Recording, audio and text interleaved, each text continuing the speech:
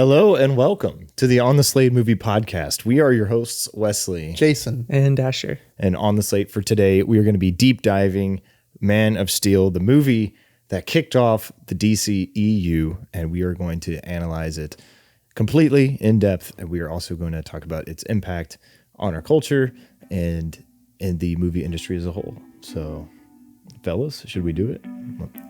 Let's do it.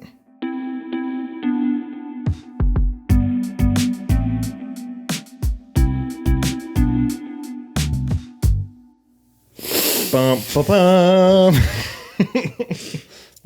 Why you gotta breathe? What'd you do? Did you just nostril breath? Like that. What a way to greet our audience. Superman.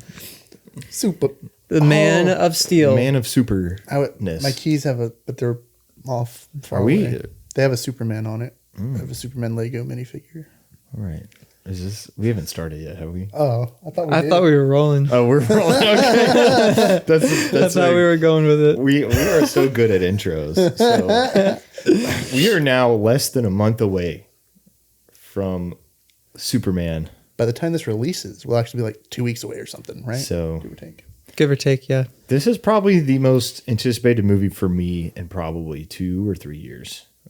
Just really, really excited about it. Mm-hmm. That's a shock because I thought you hated Superman. What did I ever say? We haven't even started the discussion. Jason's throwing lofty claims. Based off all of our clips that we put, all of our shorts and everything, people probably think I hate movies. This is why you watch the whole podcast in context. But anyway, thanks everybody for tuning in, by the way, to our last few episodes. Yeah. One of our most recent shorts actually is almost at 10,000 views. What? Which is crazy on YouTube. Yeah. That's news to me. It's the one where you say Luke went to the desert planet in poverty or whatever, and Leia got to be a princess or something. No way. You said it completely as a joke, and for whatever reason, that short took us off. Not like I checked it like a day or two ago. It was at like 2,000-3,000 views. So that popped off. It's rare that stuff takes off days after you upload it. So, and some of the comments on it, I don't really have an official shout out, but I think a brief little shout out was the comments was saying, well, they did it on purpose because Luke, they wanted to make sure that Vader couldn't find them. I'm like, you guys are thinking about this too much. It was supposed to be a joke. It was just a joke, all the guys. 3 platforms I posted it on, we got at least one or sometimes multiple comments saying basically a similar thing. Is like, well, that was kind of on purpose and this, that, and the third. And I was like, I watched the movie, guys. I know it was on purpose. I just thought it was funny that Luke went to go suffer on a desert planet. We were just laughing at it. But anyway, there's 2 suns, double the heat, probably. Yeah, well, there's 2 suns. Yeah, double the heat. Is that how that works? I don't know. I doubt it. What would it be? Humans have never lived on a planet with a what do you call it? A binary solar system. Binary, yes. I mean, that's what you think. Yeah, I know for a fact. I mean, you could probably calculate it, but anyway. So thanks for checking that out. We're still talking about a Revenge of the Sith episode, which was 2 episodes. 3 episodes. 3 episodes. Well, it was 2 episodes ago. This would be the 3rd episode that we've mentioned it again. Yeah. That was a great episode.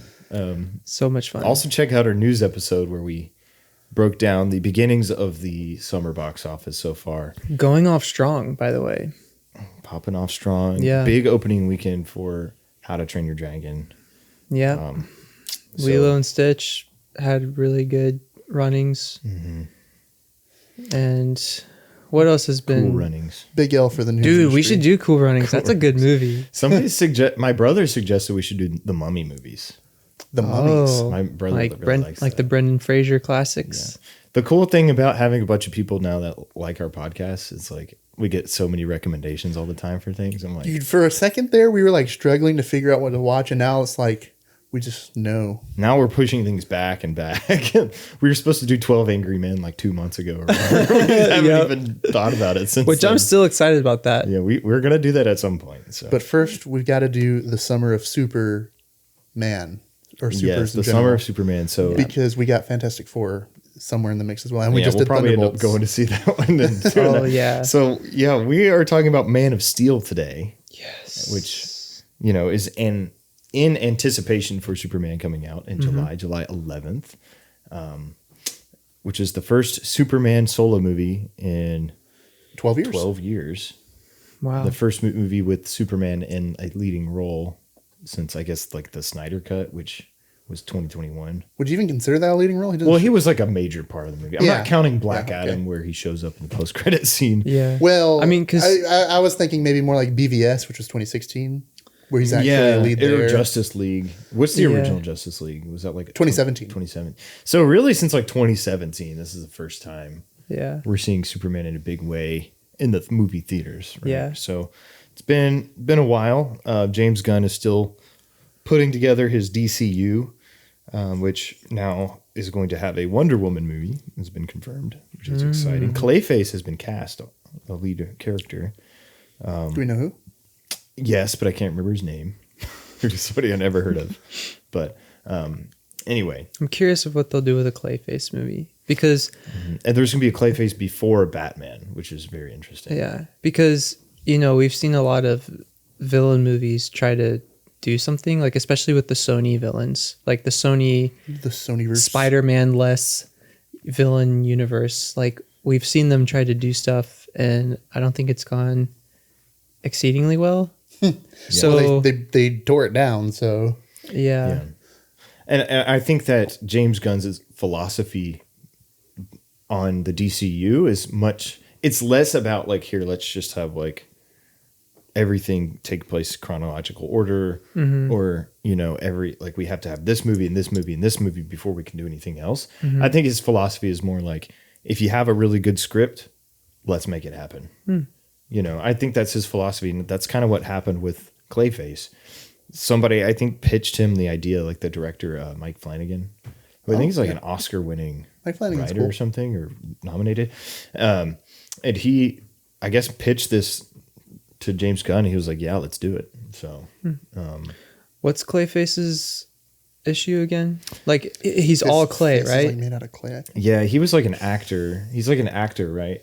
I'm actually not familiar with Clayface at I'm all. just going. See, I would have expected you to be familiar. Well, see, I the most I've been I haven't played the Arkham games, which I think he appears in the Arkham games, right? You played them. He is in Batman Arkham City. Okay, see, because like all my exposure to Clayface is actually from the animated Justice League show, and you don't see his origin, from what I recall. But it's the same Clayface from the Batman animated TV series that predates the Justice League animated show. Justice League and Justice League Unlimited, they're the same show. That's kind of what I'm familiar with, the Batman animated series, Clayface. Yeah, and that's what I'm most familiar with. By the way, the actor is Tom Rhys Harries. That sounds familiar. He sounds British. Sounds like a British name. Oh, you're made of clay, yeah. My name is Tom Rhys Harries. I was an actor. Now anyway, I don't know. He could be. No clay. So yeah, Clayface is I'm basically... baking the hot British summer sun all day. I'm going to melt out here. We're so funny. Melt. Clay hardens and... It's like a bloody kiln out here. You think I'm made of ice cream, mate? I can't do it like changes all the time. British Clayface. Well, he's not British in canonically that I know of. Canonically. In the canon, canonically, whatever. So he's a shape-shifting villain. Yeah. He can become that's like, he right. can look like an actual person. That's but right. in his normal form, he's just a big, like, brownish, grayish. So he can look like a normal person, but he thing. chooses to be like some goop monster? Yeah. That's interesting. Well, that's his natural form, is goop monster. But he can shape himself into...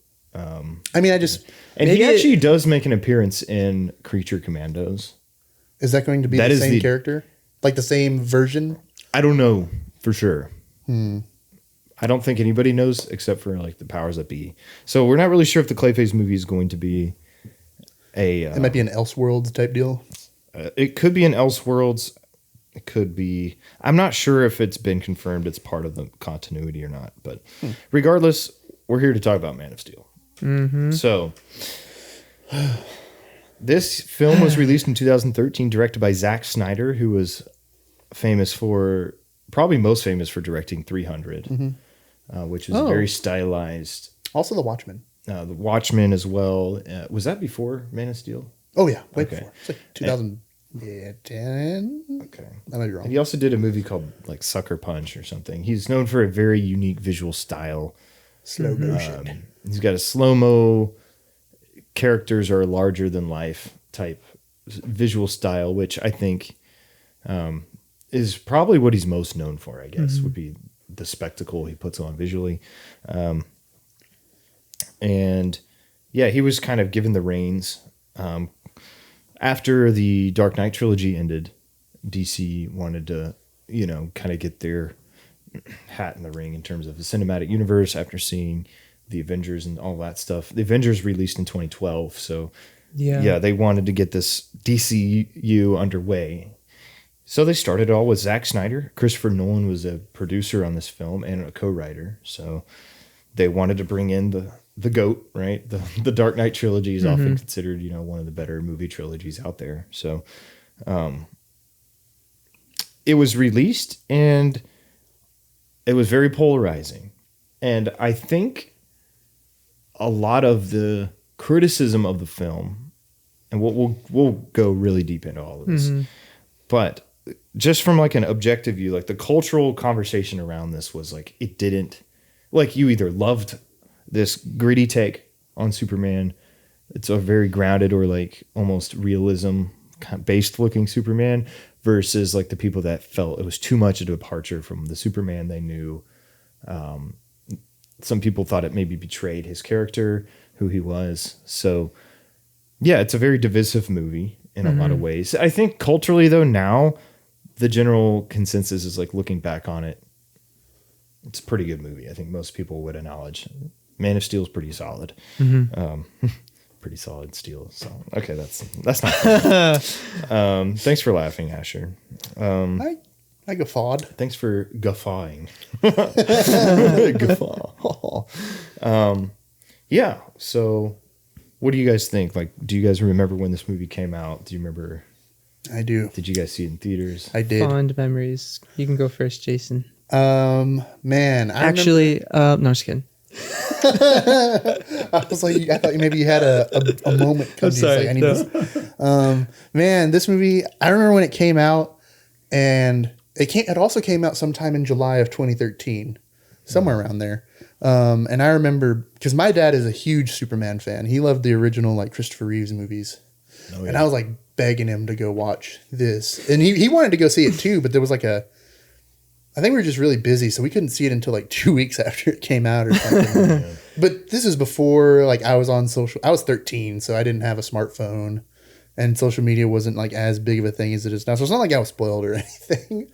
Oh, I almost hit the mic. And I remember watching it, and I remember being like, man, this is my jam. This is my kind of stuff. And I don't think I liked it for the same reasons I like it now as an adult necessarily. Because I was literally a 13-year-old boy. So I was like, dude, all the buildings falling and all that stuff. Well, I still think it's cool. But back then I was like, man, this is why you go to the movies. And it wasn't really like an appreciation for the character of Superman and all that stuff. Really, like, as I've talked on the podcast previously, my love for Superman is like a newer thing, actually.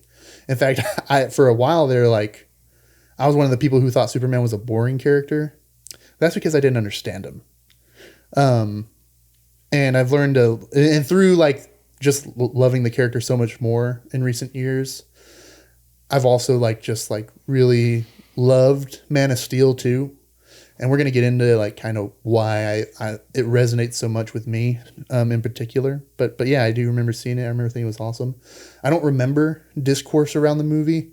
I do remember watching CinemaSins back when I used to watch them. Now these days I don't really watch them that much because I think it's like I think the humor's gotten old. It's not my type of humor anymore. But when I was 13 and 14, that sort of stuff was definitely first learning about movies. It was definitely like kind of like my thing. And I remember his take or their take on the movie. And I know that's technically like satirical, but I was like I didn't realize like people didn't like it. Cause I remember his review just kind of being like, if you can call the CinemaSins videos reviews, just kind of being like a little like lukewarm on it. And they had like this outro where like I can't even remember, but it's like I guess he got his kid on or something. Some kid voice come on is like to say something profound about it compared to the Christopher Reeves movies, and I remember thinking that was dumb. I don't know why. That's the extent of my exposure to the online world surrounding that movie at the time, 10, 12 years ago. Because I think the trailer was really great when it released. People were so excited. The trailer was fantastic. But yeah, the movie actually, when it came out, wasn't as well received. Asher. Yeah, I'm kind of similar to you, Jason. This was at a time where I was just enjoying superhero movies, and I didn't really notice any discourse either around the movie. At least the people that I knew who went to see it enjoyed it. And I definitely enjoyed it just because I just felt like it really did capture this very, I guess you can say, larger than life story for a very fitting character because of, it being Superman. And like, I also grew up understanding the more bright visual and tonal approach to Superman. So going into this, like, I understood the vision of what Zack and everyone were trying to do. Maybe I think I notice it more now of like how I understand that. But I think at the time, like, I just saw it as a well put together movie, and I thoroughly enjoyed it. Like, I really loved just how powerful they showed Superman, like the visuals, the sound design paired with visuals, like when they're fighting, when he was flying, the score like really hit me too. Mm-hmm. Like the flight theme, like that really struck a chord with me. And oh, look at that. That was unintentional. And just all around, like, I really enjoyed the movie, and I didn't mind it being a more grounded, grittier take on Superman, because I thought, for it being the vision, I thought that they executed it like very well. And so I was not bothered by that per se. So yeah, I guess as time went on, I realized that some people didn't like it. But I mean, I still, like, when we rewatched it, I still thoroughly enjoyed it. And there's a few things that I kind of picked up around this time that are some constructive criticisms, but still, I think, a really solid film. And I think holds up really well today for being, almost a little over 10 years old? 12 years old? Exactly 12 years old in about a month or so. Yeah, I think on that note of, like, executing, I think, Zack Snyder's specific vision of the character. See, I think I take a lot of issue with this idea that people you don't understand where this character comes from, kind of thing. And while there may be some merit to that kind of criticism, I don't think it's a 100% valid criticism when we're talking about adapting something from a medium such as comic books. Because in reality, like, I think writers and directors kind of have the liberty to change things about characters. And me and you have actually disagreed on this when it comes to, like, Batman and no kill rules and stuff like that, right? Where certain, and I do kind of relent on this idea, like, there are certain things that are core to a character that really shouldn't be changed at all when you adapt them, no matter the medium. But also, I guess I'm really flexible on this idea that things can be changed from the comics and characters can be different from the comics. Yeah. And you have a different vision for them. And kind of expanding on that point, I don't even think, specifically in Man of Steel, we can talk about Batman versus Superman if you want. I have my own opinions on that movie too, which I also like. But specifically with Man of Steel, I don't really think that this version of Superman is really too far different from people's idyllic version of him. When it comes to his core, his character, and his motivations, I don't think like there are changes to it. It is a different flavor, I guess. But I don't think like people I think are when they say it's so much, I think they're like exaggerating how different this version of Superman really is from the comics. And before you continue, just to kind of like provide context in case you aren't like super familiar, Superman is always thought of in the comics for the most part, right? Like he's like almost a Boy Scout, you know, he just does the right thing. He's really kind. It's a very classic American, like idealist version of a citizen, of really kind, nice person. Think of like the main character from It's a Wonderful Life, right? Just like this pillar in the community who does everything the right way. And, you know, he's got so much power, right? And I think there was kind of an evolution of his character when DC evolved a lot in like the 80s and 90s. And correct me if I'm wrong because I'm not an expert. I know at least Batman went under a lot of evolution at that time, but also I think in general, like the Justice League kind of like went a darker turn. Yeah, for sure. And I think there was kind of this idea that was like Superman is so powerful. So like and that raises questions of, you know, is he too powerful? What happens if he wasn't really kind and really smart? And so that kind of plot line has kind of dominated the Superman adaptation in the last maybe decade or so on film, but also, you know, even like the animated movies, like we've seen it, or video games, like we've seen Injustice, we've seen a lot of these different things pop up. So I think there has been like a cultural, well, maybe not a cultural thing, but at least Superman writers have tried to evolve and adapt the character in different ways over the last couple of decades that were different. So I think Zack Snyder's version really represents like a more darker turn. Not necessarily like, I don't think he's ever like evil. I mean, kind of a little bit in Justice League. You're not really sure. Like, like Zack Snyder doesn't really turn him into like that kind of character. Like, what if he turns against us? He's too powerful. I mean, that theme is brought up a little bit in the later movies, but in Man of Steel, that theme's not really, you know, there. Yeah. It's more of like the rest of the world, like how would the rest of the world view him? And so anyway, and to me, but visually and tonally, the movie is a lot darker, a lot more grounded in that way. It's not just like Superman, everybody loves him, he's going to beat the bad guy and save the day. No, this is like a more, I guess, it's a different view of Superman. We see Superman kill people in this movie. Even if it might be justified, you still see him do that, which isn't something you really see.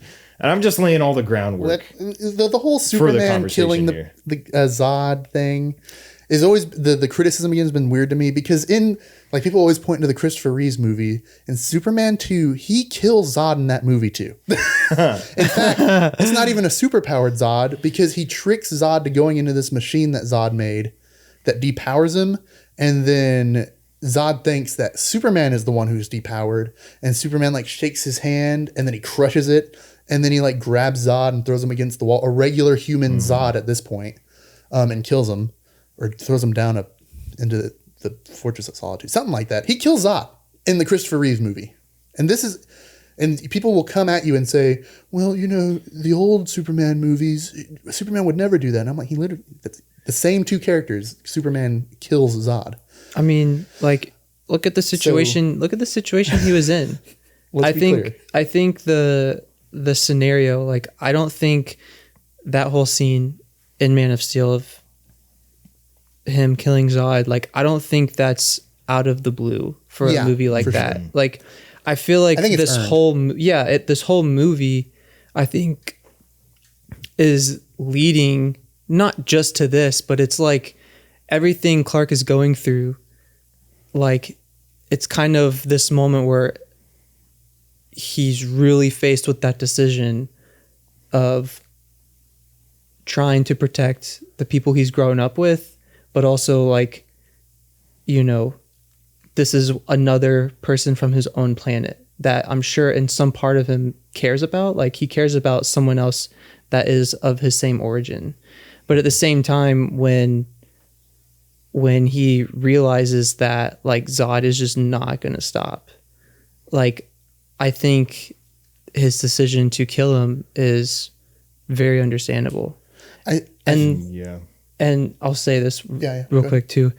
But then like you also got to look at what happens afterwards too, which I think should not go unnoticed. Like Superman's reaction is like the cherry on top to that scene and the cherry on top to his character arc in Man of Steel, because you can just, through that yell of him kneeling on the ground, like you can tell of how much agony, anger, all of these emotions like inside are just like boiling. Like he is beside himself right now. Yeah.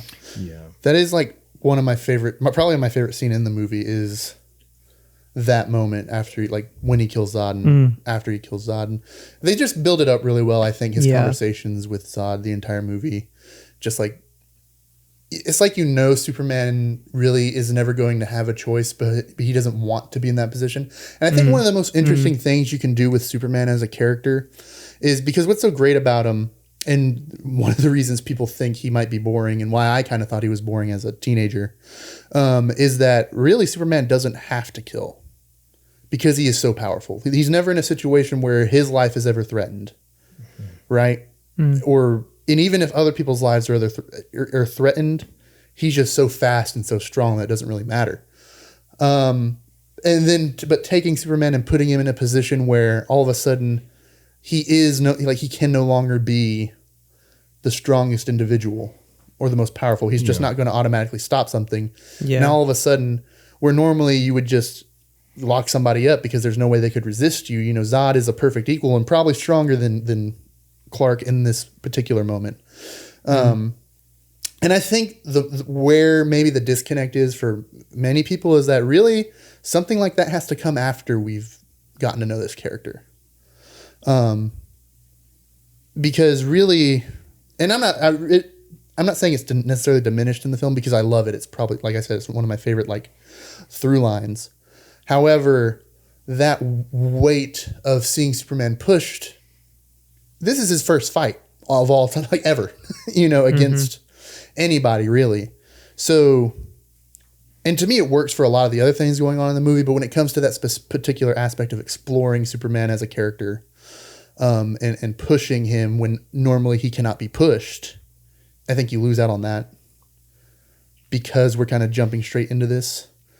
But then it's, you get into things, it's like, well, then who's he going to fight in his first movie ever, And we're going to, in the new movie, we're going to see him get pushed as well. And I think in a very different way. In the same way that it's going to be physically, taxing on our new Superman. But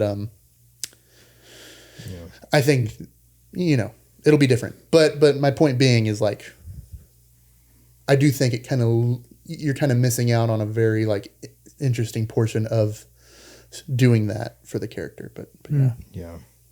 And for the record, I'm not necessarily saying that scene was bad. I'm just saying culturally, I think a lot of people felt betrayed, and not that, like you mentioned, Superman has killed people in movies before, but I think the way that it was presented was man, this guy's literally snapping his neck and out like a guttural loud scream. It just didn't, it was something that we hadn't really seen before, other than a generic he's being sent away through a phantom zone, or he falls down a cliff and you never see him, that kind of stuff that we've seen, the villain deaths in movies.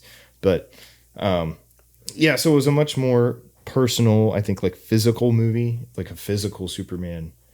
And goodness gracious, Henry Cavill is a human being. I think it's funny because every time he's wearing his normal farm boy clothes, it just feels so weird. Seeing this absolutely jacked human being just wearing regular oversized farm boy clothes. I'm I don't know if that's the best costume design I've ever seen. That's not even a criticism. I just think it was kind of funny. But it's that good farm grown organic food right there. That's that corn-fed Nebraska boy right there. Exactly. I guess Kansas boy. Corned beef. So, the next thing I want to talk about is kind of Clark Kent's journey to becoming Superman, which I think is a make or break thing for a lot of people for this movie. Was that executed well? I think overall for me, I think it was executed like pretty okay, like pretty good. I don't think it's perfect. Kind of like the Anakin Skywalker thing we talked about. Yeah. I said so many times it was good, but like not perfect. We cut all that out in the shorts. We cut all that. People in the don't hear shorts. the part where I praised it. They only hear the criticism. But That's anyway, not intentional, by the way. I'm not trying to find clips of you. no, it's like, okay, man. It drives views. You know? I just like I try to think of a balance of, because what I think about is overall, as we like release shorts, I try to think about not having, since it's us three, like trying to have a balance of our input, you know. So that's what I'm trying to look for. But honestly, there's a lot of good parts that can become shorts. It's just like just choosing, you know, at least two to make something good. Every podcast needs a bad guy on it, you know. If that's me, so be it. Man, no, I'm just kidding. So I think. Oh yeah, what were you saying? Well, you said we're going to talk about kind of like Clark's so his journey, upbringing. So he, you know, after which I think is a pretty solid opening scene. He's sent, Krypton? Yeah, on Krypton. Which let's talk about a visually appealing scene. It's a weird time in Krypton's history, I guess, because the planet is like basically almost about to explode or whatever. Yeah, and Krypton is trying to find like a way to survive. They've basically found these pods for super rich people that will escape and hopefully, you know, that's save not what Krypton. happens. What are you talking about? Well, isn't that those pods that fly off? Isn't that for like They're sending Zod and his army, but they weren't originally for that though, right? They were. Those are prison pods. That's why they freeze them. I thought they were okay. No, maybe I misinterpreted it. So the leaders, the High Council, or whatever you want to call them, on Krypton, basically like mine Krypton's core, and then they were like, well, nothing we can do about that now. And so Zod wants to do the coup. Well, Zod wants to lead a coup, grab the Codex, and I don't know if he planned to leave the world or what, but he wanted to basically purge. He wanted to purify bloodlines. Yeah, that's like, he had such a good play. He sounds so convincing. He was like, okay, these politicians are not doing anything. We're all going to die. I'm going to stage a coup and for an emergency to help all of our people. But actually, I'm kind of racist and only want like certain bloodlines to survive. We're like, no, we were so close on. I don't know if it's really racism as much as he wanted to get rid of because for context, what they do is they predetermine your job, basically, what you're going to do in life on Krypton. And they breed you for that. And what Zod was intending to do was probably get rid of all the politicians. So I don't know if that's really racism as much as it is like classism. I don't know. Because he's targeting specific people who would be bred for specific roles. He's just getting rid of all those roles and probably going to only breed military people. He didn't really specify. But that's kind of where his and Jor-El, which is Superman's dad, conflict comes in, whereas they both agree that the leaders have failed them. Whereas Zod is like, I'm going to take control and I'm going to be the decider of things. And Jor-El is more like, actually, this line of thinking is what led us to this whole controlling people, taking out random chance, taking out the ability for, children and people to kind of make their own decisions. That's what failed us here. I'm going to he was just like, I'm going to get rid of the whole choosing, predetermining like your life role thing. And Zod did not like that. Hence Clark Kent as a natural born baby child. Yeah. Yeah. See, Kryptonians are bred in a test tube. They had differing views, like you said, and it's great. It's a great setup. Kal-El gets sent off to Earth in the last remaining escape planet pod. Earth, and we all know the story at this point. Gets found by Martha and Jonathan Kent, who raise him as Clark Kent, and so that's how Clark gets to Earth, and so basically his whole upbringing, I think, is framed with like two different kind of opposing views. Jonathan Kent is saying like, hey, don't use your powers in front of people. The world's not ready for you. Because, if they figure out who you are, who knows what could happen. People could try to kill you. People could try to, use you in a way that would take advantage of you, or whatever.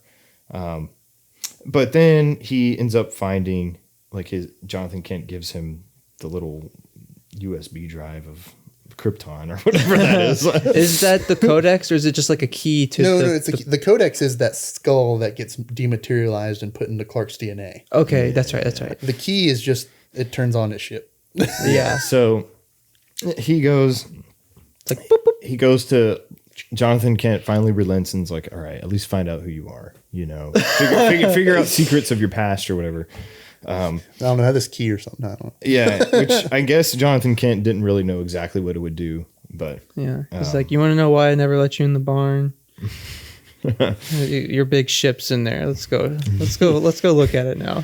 You're old enough. So yeah, he goes there, and essentially it's the Fortress of Solitude, right, or the equivalent of that. He's talking about the ship in the barn. Oh, I'm sorry. I was talking about the escape pod. I was continuing the conversation. Oh, okay. Yeah, right. Oh, yeah. Later in the movie, he goes and finds his Fortress of Solitude, which is just a crashed Kryptonian ship. Yeah. Yeah. So, and there, that's an interesting take. Yeah, it is, and he meets the consciousness upload of his dad. Yeah. Who is played by Russell Crowe, by the way, and he basically says like, "Oh, you're a Kryptonian. You were meant for, you're the hope of our people, and that's what you represent to the world." It's the exposition key. It's the exposition key. It's actually, it's a very key. It's a very clever exposition key. Yeah, it is. I like it. It's a formative moment for Clark, and I would say it's the most pivotal. It's like one of two really pivotal scenes for Clark's coming out as Superman. He claims who he is, like, I am Kryptonian, I'm gonna help, like, I'm gonna be this superhero type. The S means hope, it doesn't mean Superman. Yeah. Yeah, so there's kind of those competing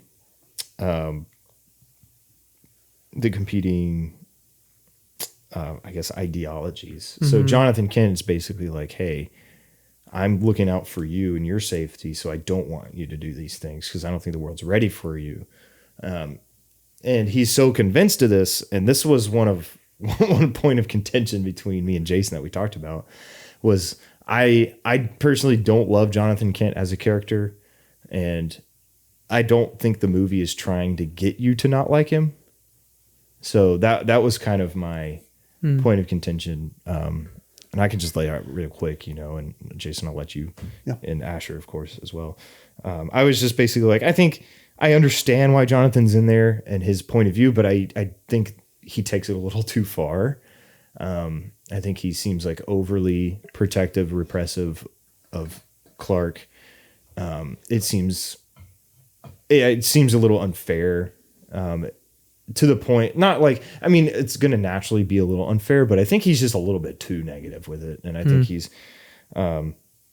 like, the scenarios that the movies presents him in are always these crazy wild scenarios that the Superman finds himself in, or Clark Kent at this point finds himself in. It's like, oh, well, there's a bus full of drowning children. And then there's like a tornado that, like all these crazy things. Yeah. Or even like the flashback scene of him working at the bar, to me, I didn't love, because I felt like, why couldn't Superman like stick up for them in that moment? Like, it wouldn't necessarily give away his powers if he just like threw a guy out of a bar.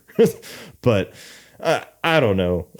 Maybe they were hinting at more of the side of him maybe not fully understanding his powers, and so like not knowing how to control it, thus maybe accidentally killing him or something. I mean, maybe, but at the same time, like, I don't think he would be, I think he would be able to know, like, hey, I'm strong, I can just kind of like pick this guy up and throw him out of the bar. Like, I feel like that's normal practice at a bar. But anyway, I don't know, it's not like it ruins the whole thing for me. It's just like, I don't know, I think the flashback scenes are like extremely outrageous, or there's just like questions I have. I'm like, why did they do it like this?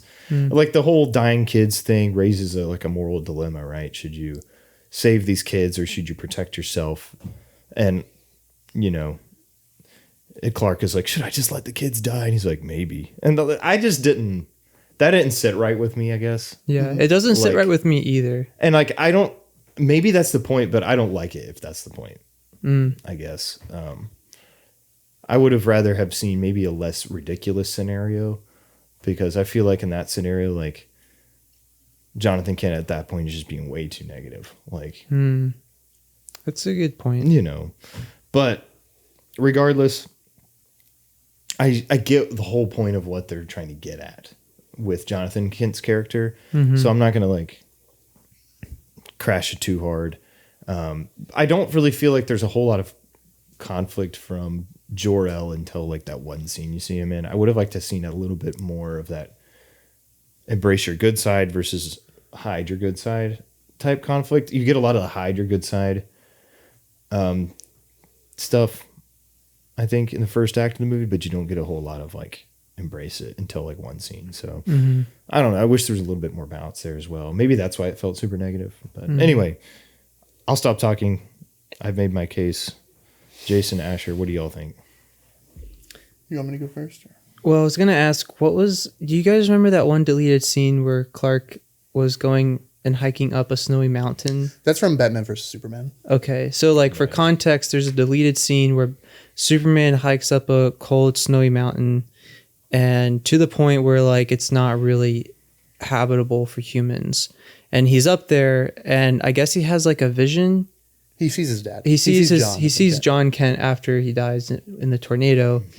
And like, I would have to watch it again. I still don't fully understand like what they were trying to get at with that scene, because I feel like the story that John tells Clark is similar to what you're talking about with like his, I guess, almost like negative extremity on life in a sense, because he tells a story about how he saved their farm animals from like a flood or something, because like it was a really heavy downpour of rain, but when he diverted the flood, it went to the house that was below them, and like their horse drowned or something. And it was like a really depressing story where like he thought he was a hero, but he realized that his efforts ended up killing something else, and that still like hurt him. That was the deleted scene? Oh. I think it's in the director's cut of BVS. Yeah. Release the director's cut. Well, I think that was the extended cut. Is it not in the extended cut? PBS. It might be. I've seen it. I feel like I watched that pretty recently, and like wasn't there? Dawn of Justice. I don't remember that, but I could be wrong.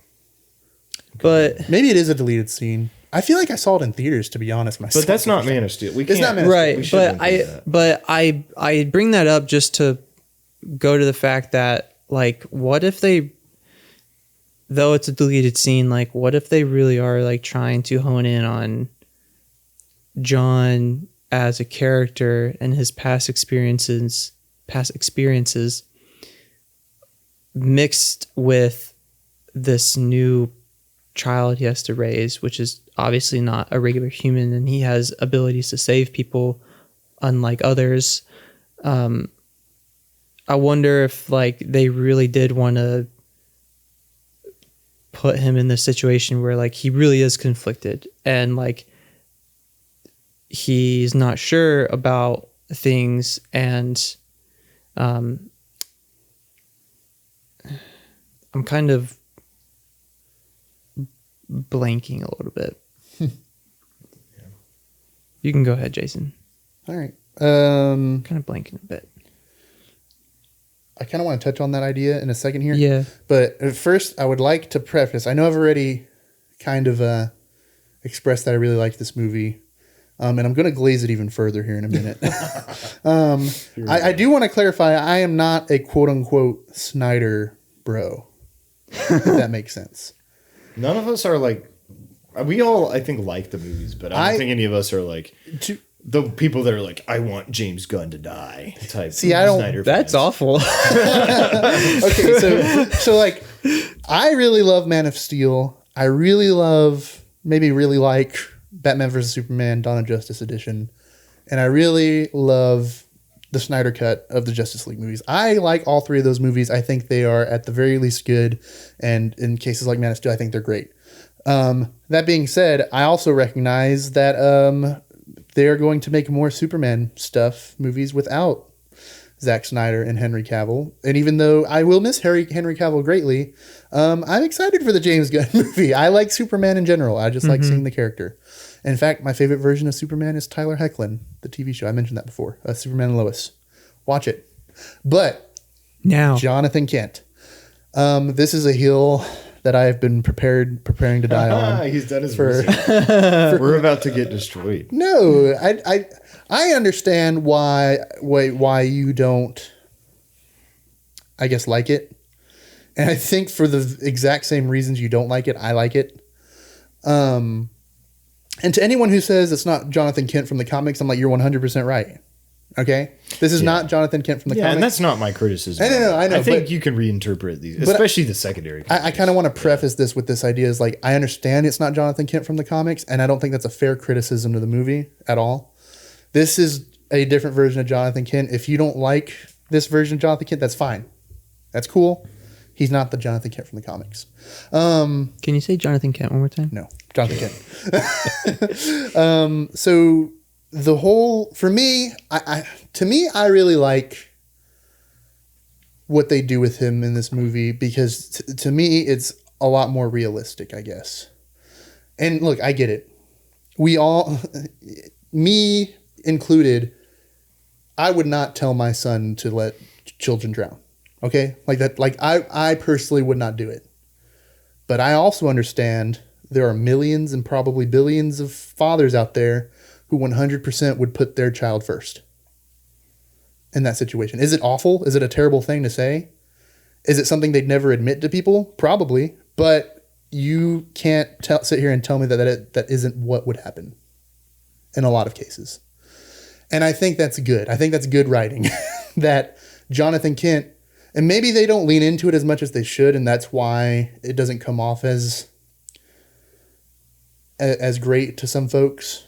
Or maybe you just, maybe like you said, you just kind of vehemently disagree with that notion. But to me, it's like, I don't know. I will 100% every day buy that a father is going to be, almost amorally selfish for his own kid. Especially in such extreme circumstances such as this. And I honestly would like to tell you that I would never suggest letting other people drown, but I don't have a son. I don't have a kid. Would I expose my child to, and obviously Superman's invincible, but John doesn't know that at the time. We don't know what can or can't happen to Clark when he's like 13 at this point in the movie. So to me, it's a very reasonable reaction from Jonathan Kent to be like, you're my first priority, really. And to me, I'd like, they're selling it and I'm buying it, right? I'm buying it. Yeah. I buy that. And the tornado scene, I'll also defend this to the end. Asher wants to say something. No, he's doing what Jonathan Kent did. Oh, okay. Look, I get it, guys. I get it. Superman could have done it so quickly, maybe, he without done it in a zip. But Superman hasn't used his powers, so Clark doesn't really know he can do that. Also, never tell people to hide under an underpass during a tornado. Yeah, that's actually more a terrible dangerous. idea. It's more dangerous. Is it really? Yes, because the air pressure, it turns into a vacuum. Anyways. Oh my gosh. Yeah. I can imagine this is, I guess, a little bit of a darker humor joke, but I can just imagine after John just gets sucked up, they're really sad, but then they're starting to get vacuumed. They're like, But yeah, so I get it. But to me, it's just reinforcing. I think it's a necessary thing because it's reinforcing this idea that John was willing to die for what he was talking about. And to me, that kind of ties it up for me, this idea that he may have been truly conflicted in his heart, but at the end of the day, it was to the point where he would die over it. And the whole, again, I would like to stress, Clark at this point in time is only 18, I think, maybe 20. He's really young. They say teenage Clark in the subtitles. So I don't know if that makes it canon or not. Nice. Even though it's Henry Cavill at this point. But Clark has not used his powers. He doesn't know how to fly. We don't even know if he can super speed necessarily, or if he knows that he can super speed. Clearly he knows he can save his dad, but that's probably because he just knows he could survive a tornado. Not necessarily that he could do it so fast that no people would notice. So yeah, I am cool with that scene. I'm fine with it. I'm fine with this idea that Jonathan Kent is so committed to this ideal, however misguided, however much we disagree with him. Yeah. I don't think it's poor writing. I just think this is the way he is, that he's willing to die quite literally on that hill. Yeah. So I think the philosophical like counterpoint to that like scenario would be like, okay, you're looking out for your own kid. You don't want him to get discovered.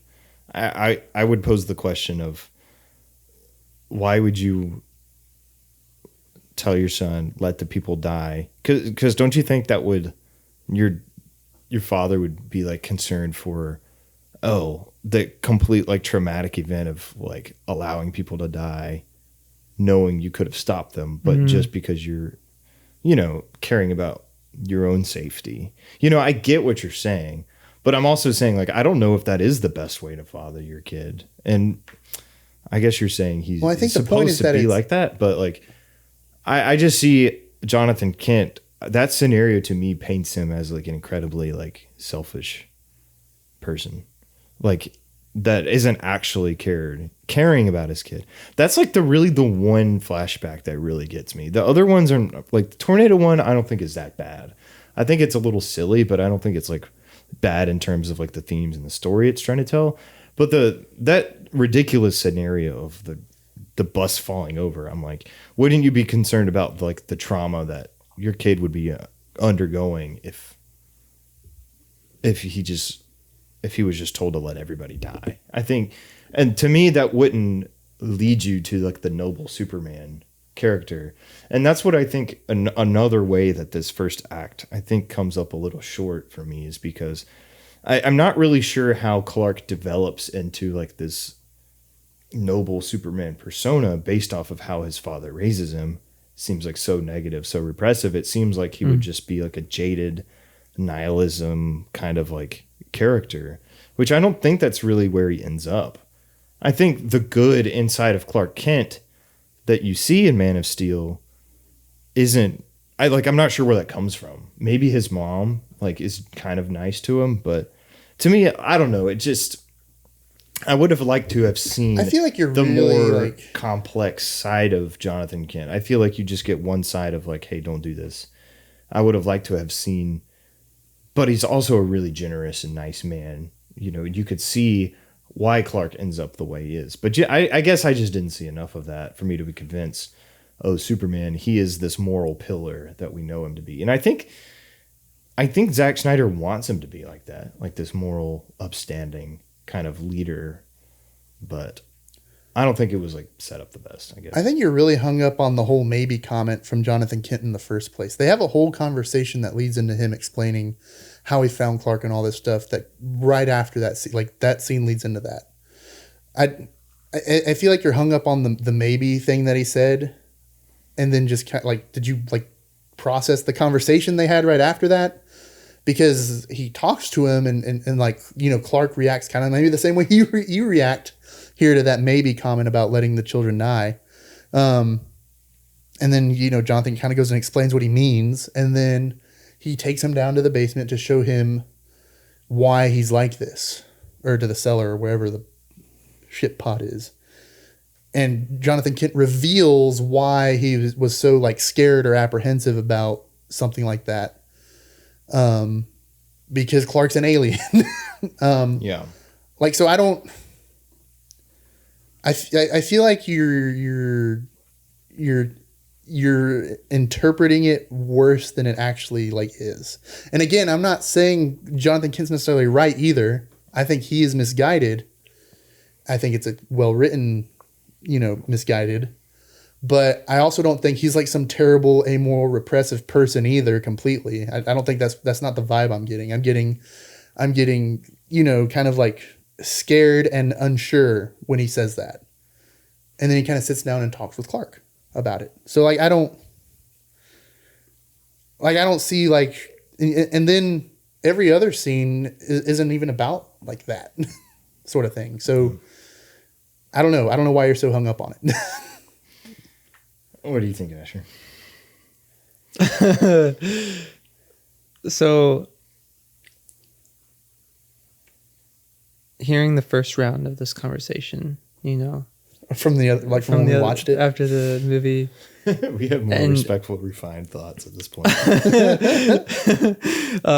But then hearing y'all's thoughts now, like you both do, like I think I am understanding more of what you're talking about, Wesley, and I just kind of go back to wondering if like that really kind of was their intention of, I think sometimes when you go into a movie and you don't like a character, I think that just goes back to like the actual writing and performance of the character and like actual intent behind the character. Sometimes it's not, and that's another story. But I think that when you do feel that, you're understanding like what the directors and writers were trying to do. And Jason, when you said that John responded to Clark with maybe, but kind of out of this questioning state and like worried, scared state, I could get that from his tone when he said maybe. 'Cause like, I feel like almost in a sense, John didn't fully believe his own maybe answer. Because I feel like it's one of those moments where you get put on the spot with a deep question and you're trying to figure out what to say, yet there's still emotions going on that might influence your response, which might be a different response once you continue to actually like think about the situation and like what the right thing is to do. But yeah, I guess to tie into like Clark's position where he is now, like kind of on his own, going from job to job, town to town, identity to identity. It is interesting to think about like what kept him. I feel like, so we kind of see him in a position where he's just going to and fro. Like he's trying to find answers. He's going to and fro, just trying to figure stuff out. He keeps getting like these experiences that, lend itself to say like, hey, you don't have to save these people. Like these people are treating you pretty poorly. There's a few scenes and moments where like he does save people and, like the oil rig, like that's not really a scene where people are treating him poorly, but shortly before that, he's on the fishing boat and, he's a greenie there. And so people are, that one guy's giving him a hard time. And so like, I guess you can say you kind of see a little bit of what John was like influenced on Clark in the sense that Clark is still doing good things because I guess just as a Kryptonian, like it's in his core. But at the same time, sorry, keep going. No, go ahead. I was just going to say like, I mean, clearly we've seen bad Kryptonians too.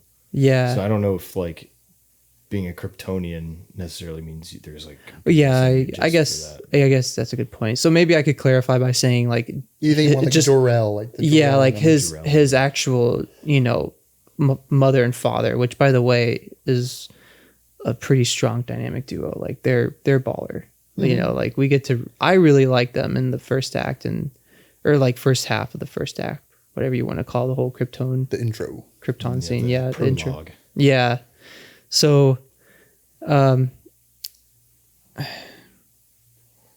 guess to like say, you still get glimpses that he's got something good in him at his core. But maybe the way he was affected by his dad was maybe almost, I don't want to say passiveness, but you kind of just see him experiencing these things like he's kind of hopeless. You know, like he still wants to do good, but I feel like he is struggling to find hope when we first meet adult Superman, not the flashbacks. And maybe that can be a tie back to how John's beliefs or thoughts could have affected him. See, I don't think it's hopelessness. I think it's purposelessness. I think that, like, that's what I got from those is seeking purpose, not having purpose. That's a really good point, Jason. Okay. So I guess the main disagreement, I'm going to try to summarize it best. So I'm saying Jonathan Kent is a little bit too negative, and I don't see enough of his like actual goodness in his character that would translate to like raising Clark as like a good character. And you are saying, well, he's actually more of a morally complex character that does have goodness. So I guess my main point of disagreement is I see moral complexity in the situations that arrive, but I don't see as much complexity in the character himself. I guess is where my hang up is. So yeah. But I would agree. I think that sums it up pretty good. Yeah. Pretty good. And for me, I really think the biggest moments, the two pivotal scenes for Clark in terms of like actual character development are not in the flashback scenes, really not in the scenes with his dad. But the first scene is when he meets Jor-El. So good. Where it is the exposition key, but it's also a really good scene too. You know, you have to exposit plot in every movie. It's just a matter of how you do it, right? Exposition gets a bad connotation, but it's not a bad thing in general. It's a good thing. So that's basically like embrace who you were meant to be. I forget the exact lines, but it was something along those lines. And he's like, wow, this is kind of what I've wanted to do. And my dad has been telling me otherwise, but now I have the chance to do it now that I'm grown up now. I'm an adult. I can do this now. And then the other scene was when Zod comes to Earth and demands Clark Kent to turn himself in, or Superman. He doesn't know he's Clark Kent. He goes to see like his priest, right, at the Catholic, which isn't. I don't like that scene. I just why? I'm like, why couldn't you use like, that would have been great. I think for Jonathan Kent to be the one that says, okay, I release you now to like do this or something. I would have loved to have seen like an arc in Jonathan Kent's character in that way, but instead they used like, I guess they wanted to kill him off, you know, and they had different vision for that character. But I think thematically it would have been a lot better, and character wise would have been a lot better.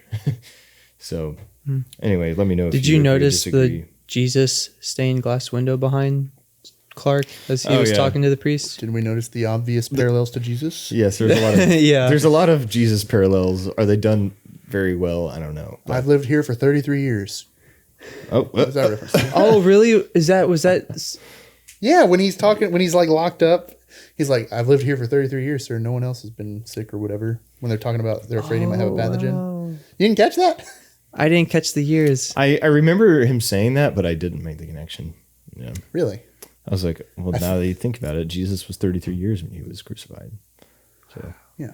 Anyway, in that scene, he's like, should I do this or not? And then this priest is like, yeah, you should do it. So that is like, a little funny. He's like, and that's the moment when he's like, okay, I'm full on Superman. Okay, now. so I just like we didn't see this character at all before this. We didn't know that Superman was Catholic until now. Like, what is going on?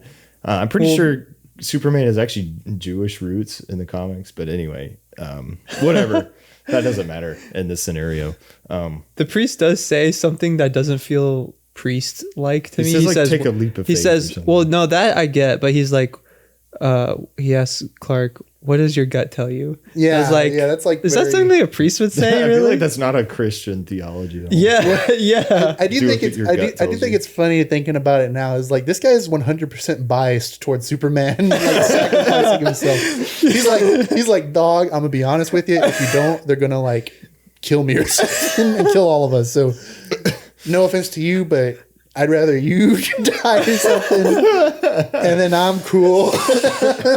Yeah, so I didn't love that scene, but I didn't even think about that. in terms of its purpose. You can see the little glimmer in the priest when Clark tells him, "I'm the one who they're looking for," and you can see the priest is like, "Oh, okay, this is exciting." Anyway, but I'm gonna hide it because I'm a priest.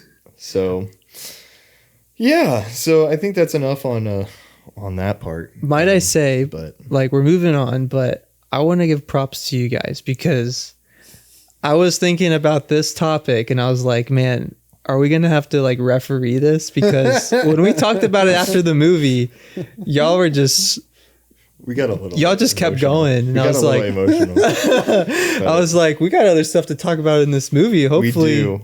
There's other characters in this movie, by the way. Yeah. Can we talk about ones we don't like? Well, let's just get through these characters. Okay. We've already talked about Jonathan Kent. Let's talk about Martha real quick. Very small role in this movie. Martha. Why'd you say that name? I hate that. I like it. Gosh. Another hill to die on at a later date. That is another hill to die on. That is literally the worst. You're the bro. No way. Our moms are the same names, dude. Where's she at? Dude, I'll go get her. You guys are. I'm just being funny, man. Too much fun at it, dude. I didn't say anything. I'm just maybe in the past I didn't, but you started it. You said Martha. I know it's funny. I think it's funny to say it. Brings it up, gets mad when we keep talking about it. I think it's a moment that humanizes Superman in Batman's eyes, and I think that's cool. Anyways. Martha. So Martha Kent is in this movie. Her character is just like she's the nice, warm mother, and she has a cool moment where Zod shows up and is like, "Where is he?" And she's like, "Go to heck." we don't cuss on this podcast, so that was pretty funny. The scene that happens right after that, though, is one of my favorite scenes because Superman comes flying in, and like. Yeah, he goes, he's flying, he takes Zod and he flies with him and he's like dragging him off across the ground and punching him. He's like, "You think you can threaten my mother?" And I'm like, dude, that's so good right there. Wouldn't you do that for your mom? Dude, absolutely. Yeah. Absolutely. That's a justified face punch. Justified trash. It felt so good. Like I felt good with those face punches. I'm like, yeah. That's awesome. Yeah, me too. Yeah, anyways. Yeah. I love you, Mom. What other characters? So let's talk about Superman's counterpart, General Zod. I love Michael Shannon so much in this movie, dude. Shout out Michael Shannon. Michael Shannon is such a come on the great podcast. Actor. Michael Shannon, we will interview you. We have no experience interviewing, but we'll figure it out. We will only talk about interviewing. Man of Steel. Interviewing is just another word for conversation. Exactly. Yeah. Just like we're interviewing each other right now. Yeah, so like we mentioned at the beginning of the podcast, he started a coup, didn't go to planned, got sent into the Shadow Realm. Well, that's not. The Phantom Zone. I'm pretty sure Shadow Realm is like Yu-Gi-Oh or something. Close enough. The Phantom Zone. So he gets sent there, and then somehow he gets out. I can't remember how. They probably explain it. When Krypton blows explodes, up, the power source that keeps them locked in there stops. So that's one thing I thought about. I was like, if they know their planet is destroying, why are they spending time like about to ship these guys to the Phantom Zone? When do they know like they're gonna be released when the world blows up? Maybe they weren't entirely certain when the world would blow up, or I guess it was just a temporary like. Get them out of here. In the comics, the politicians straight up don't believe Jor-El or Zod about the whole planet blowing up. Really? So, in versions of it, they don't. Wow. That's ridiculous. It's not really clear in this movie why. But also, it's like one of those things that I think people would do is like just a sense of normalcy and maintaining things is like you're evil and you're going to jail. Yeah, right. Jail might not exist in a couple of minutes, but Yeah. Yeah. So, I think he has some pretty good points, but again, they're kind of shrouded in like, he wants supremacy, he wants his own bloodline, Mm-hmm. So there is that. Can somebody answer the question, or is this a plot hole? Why didn't Zod just go to Mars or something? Why does he have to go to Earth? So Well, I will answer this question. Yeah. Go for it. One, not necessarily stated in the movie, but Earth is obviously a habitable planet. And I know there's the terraforming thing and all that, but Earth has a ton of water. Earth's a good distance from its sun. Those are just like inherent things that are really good for like living. It's a young sun too. A young sun, apparently. Technically middle-aged son, but So there's that stuff. But that's outside of the movie. Technically, I just think those are things that are kind of a given. Is like Earth is just generally a good place to be in the universe. The second and more important thing is that they were drawn to Earth because when Superman activated his ship, it's one of the few ships that actually has embryos in it. I don't know if you noticed that, but they're kind of pretty clear. They don't have their own embryos. They can't revive their people without, well, they could, I guess, but they don't believe in that, having natural births. I also thought it had to do because, well, they needed Superman for the Codex specifically. Yeah. That too. So, and he was on Earth. Well, that's why they come there. But I also There's think enough reasons for I think you're also supposed to kind of lean into this idea that Zod is a little bit of not a little bit. He's definitely a zealot who is just straight up a bad guy, and kind of as a show of force or to make a point, he's going to kill all the humans, kind of thing. I will fight. I think the good thing about villains, and I think they do this with Zod really well, is like villains don't always have to be reasonable. No. That's the great thing about them. They can lack certain reasoning.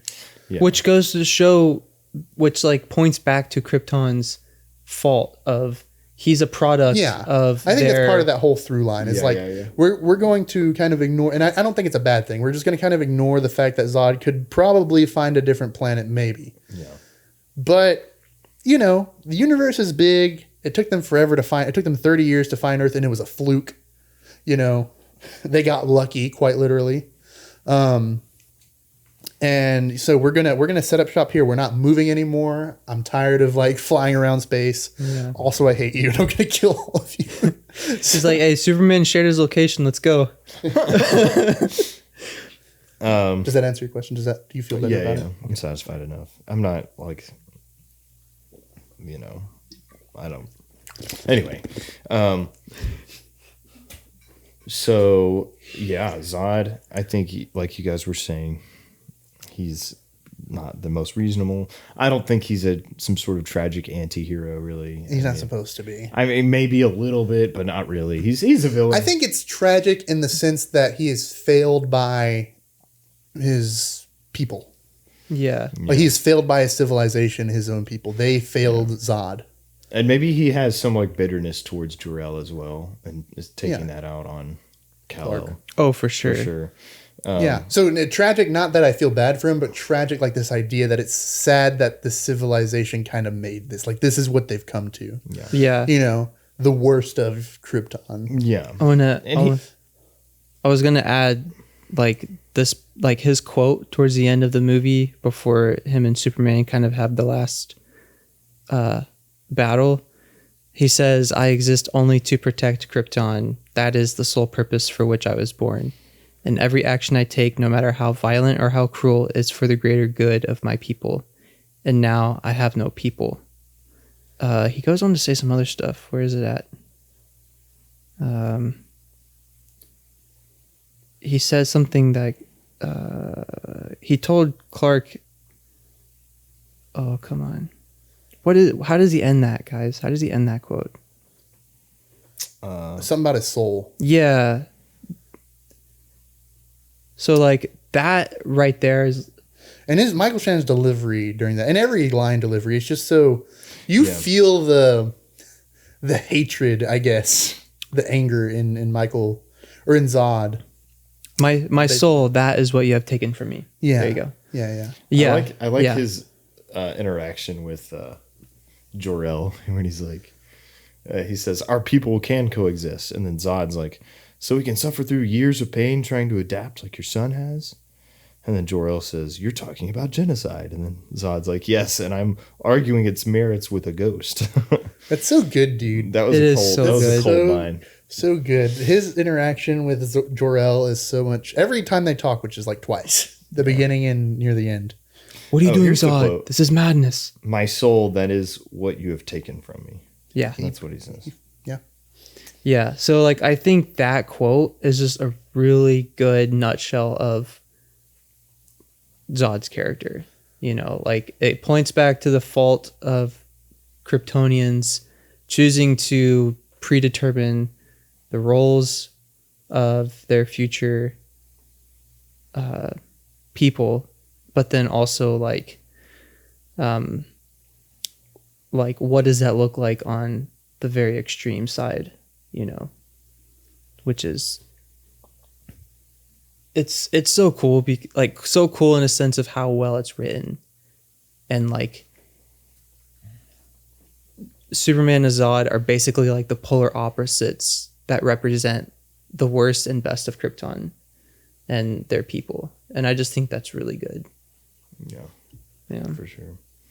Yeah, and Michael Shannon, good actor, certified. Dude, great. Zod is not the most emotionally like layered character, but he's still like really good performance. I think he delivers the yelling lines really great and passionately. Mm-hmm. You know, you can tell that he embodies his character really well. So before we move on to him really quickly, one thing we both pointed out upon watching it is just when they freeze Zod and his like the other soldiers in his coup, you see these is a very, maybe it's kind of obvious, I guess, but also subtle at the same time, where they're all like clearly in pain by the freezing process, and Zod just kind of stands there and like stares at the councilwoman or Lara, somebody, where just kind of very defiantly. He doesn't react. He holds the pain in. You can see it. Whereas other guys are like screaming, or they kind of react to the ice. Zod just kind of sits there and takes it. I don't know. It's just that's at the start of the movie, so you just get a really good like. This guy isn't gonna like. You cannot sway him. Yeah. Both, you know, emotionally or physically. And he has immense grit. Yeah. Yeah. So. And I think one thing to piggyback off of that is like, I also like how. What's cool is just another part of his character is like how disciplined and how like well structured he is, because there's that scene when he's talking to Superman as basically like the world around them blows up and Superman's standing on like a ground of skulls. Yeah. But when the explosion happens because of the world machine landing, like that blast, you can see the wind coming and debris coming, but Zod literally stands there like perfect posture, not moving at all. And it's just like such a cool physical representation of who he is. Like he is standing fast, he is disciplined, he is strong. It might be in the wrong things, but like that is who he is through and through. And then like it just continues to show as he literally adapts to Earth way quicker than Superman did in the final fight, which is like showing so much of his strength, which is insane. For sure. Great discussion on Zod. Great. Pretty solid. In pieces. Oh, word. He's still in one. He's in one, but his neck bones are in pieces. Yeah, true. So we can talk about Lois Lane, I guess. This is the one character I think in Man of Steel that most people would probably be like, I got problems. And like even more so probably than Jonathan Kent. Jonathan Kent at least like I think has a like there's actually a good argument. Like I think, you know, even though we disagreed on him, I still think like a lot of people are going to connect or think it's good writing. Lois Lane, there's a few things in there that are just a little bit. It's so hard because she's kind of necessary, at least in the beginning, for certain things. But the writing for her is just so bad, man. I feel like she's just kind of like a nothing. She's kind of annoying. That's what she is. She's like a plot device, but she's not. She's a MacGuffin and a love interest that's kind of rushed. And like, super rushed. Why is the U.S. government allowing her to just like be at this? Okay. I know she explains because she's a very overturned injunction. Are you kidding me? Do you really think that? No. Do you really think that would actually happen? This is like alien technology. No, what happened? Well, one, they don't know it's alien yet, but what happened is it's in a place where they're not in the U.S., so the U.S. doesn't have jurisdiction over it. It's technically Canada, I think they mentioned. And the Canadian government or the world government, whatever they say, they are allowing reporters to show up. That's why she's there. I just think it's silly, like why they would allow, because this could be like, I feel like this. Well, she also explains that's why she shows up early. She shows up early because before they can legally block her, because they're working on trying to block people. I'm just saying, why would they allow her in the first place at all? Because this is like, I feel like if aliens existed and we knew about technology, we would not let it get out. Even if you're Canadian, if it's in Canadian jurisdiction, the Canadians would hide it. Like, to me, that was a little bit weird. But anyway, that's not like the movie sucks because they don't know it's aliens at the time either. In fact, they only know that because she only ever figures it out because of Clark. Just knowing how the world's governments work, it just seems like they would keep that stuff secret. That big of a stretch. But whatever. Let's fight. I don't even like the character. I don't care. I don't know why I'm defending. She was the one that kind of broke that news story about like, hey, I had this mysterious man protect me. Mystery man. Which ended up being Superman, which I think keyed the evil Kryptonians into like where he might be. So that was kind of their connection, like, Superman's here. They knew that she knew who he was. Yeah. Mm-hmm. So I think that's kind of why she was invited onto that. I feel like they need to be clear about that. Like, you do find out, it's like, they're trying to get information about Clark, I guess. But I think if that's their goal, they would kidnap Martha.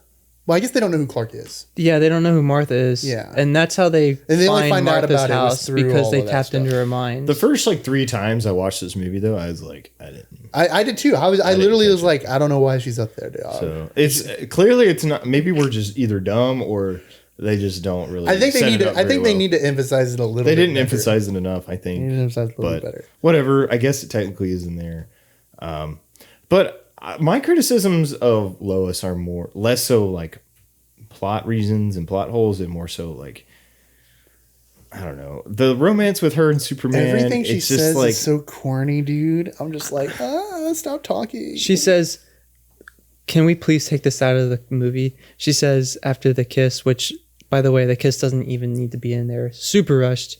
She says, they say it's downhill after the first kiss. It's only with humans, I think. That's what Clark says. Really? Yeah, he's like, I think that's only with humans. Oh my gosh! Can we please? Didn't I say I hate Marvel? I hate Marvel. So if you don't know what that is, there's the classic. Every time there's a dumb joke that ruins a nice moment in a superhero movie, we say I hate Marvel, because that's what I said.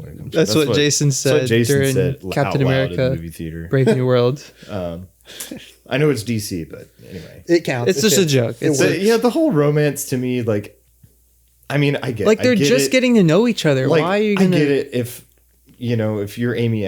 you're Lois Lane and you see a hot superhero guy, you're probably gonna, but at the same time, wanna land a peck. Yeah, but at the same time, I just don't see a whole lot of chemistry between them. There isn't any chemistry. Like, I know they have scenes together, but all of the acting is just like really like stoic and like, I don't know. It doesn't seem like there's a whole lot of emotion in their scenes together, other than like they smile at each other, I guess. But like, I think I thought their relationship was good in the sense that I believe that these two characters are just now meeting, and I believe that these two characters are learning to become familiar with one another, just like you do with real people. And so then it's towards like the end of the movie where they just rush like the romance, and they rush a kiss, and they rush all that, and I'm just like, this is not like it took me out of the movie for a second. I was like, no, like this is not their character's journey right now. Like this is not what needs to be happening. And like they just like Superman just like condemned at least everyone but Zod, every Kryptonian ever, to either death or a black hole. Not really sure. Probably dead though. And then he's like with Lois. It was so out of place too. Yeah, and then, but he knows Zod is still alive though, so I don't know why he's so relaxed. He knows Zod didn't get sicked up something in there. Exactly. And so Zod comes out, and then they go in. They have this great moment, like right after that.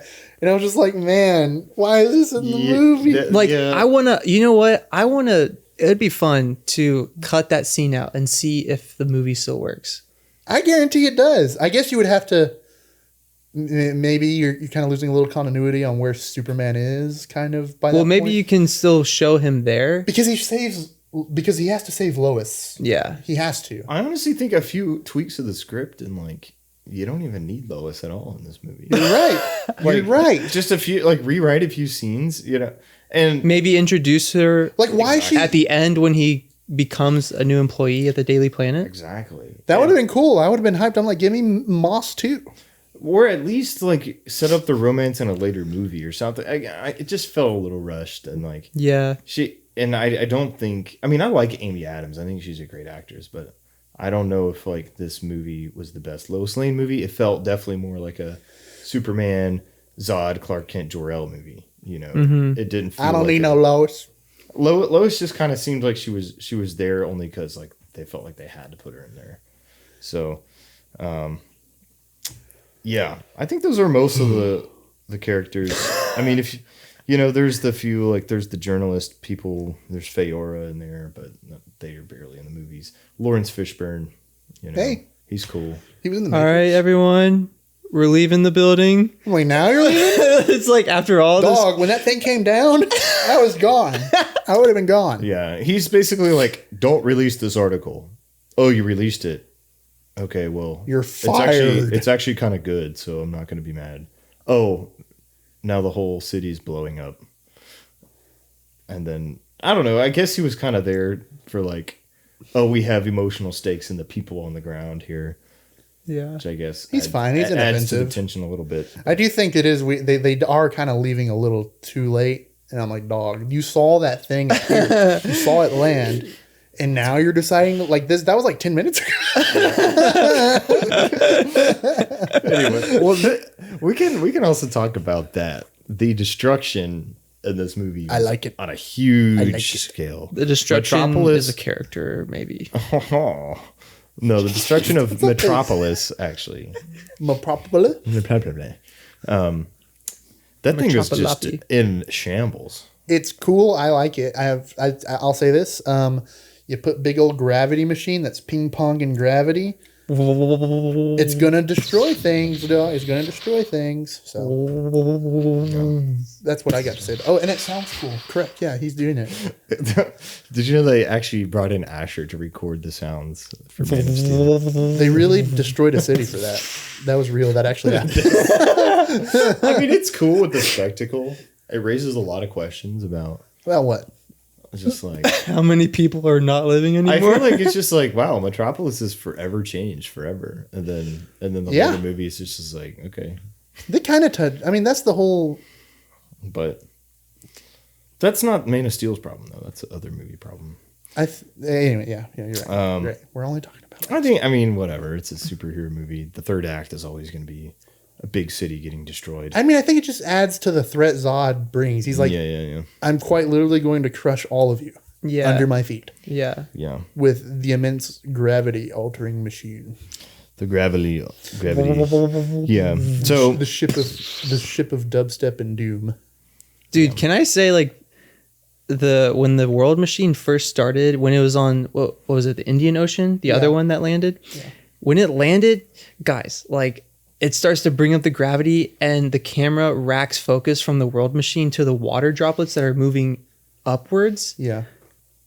Oh, it's just so good. Like the visuals are so good. And then it drops This is like, this is so satisfying visually and audibly.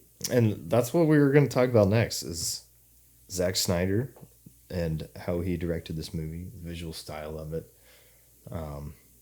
So, yeah, as far as CGI, like you mentioned, I think the CGI looks really good in this movie. There's a lot of VFX shots. Mm-hmm.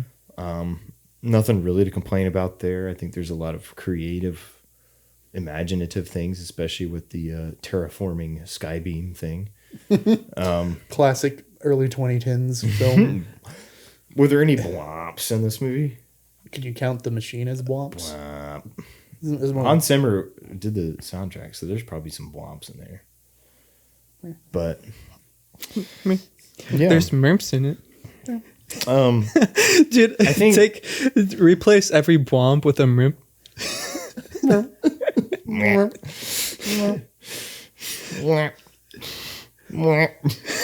You no longer have the urge to run away. It's just kind of like, oh, they're still crushing things. It's just so.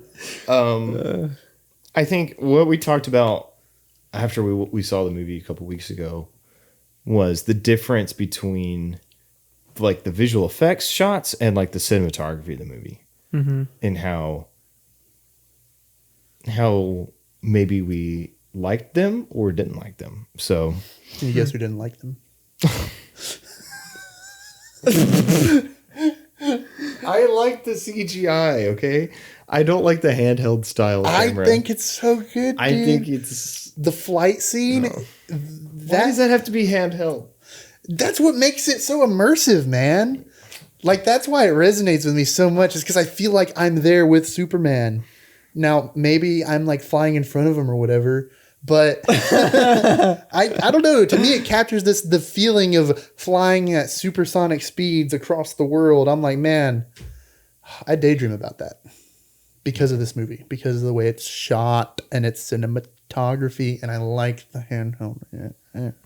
Okay, Jason likes the handheld style. Sorry.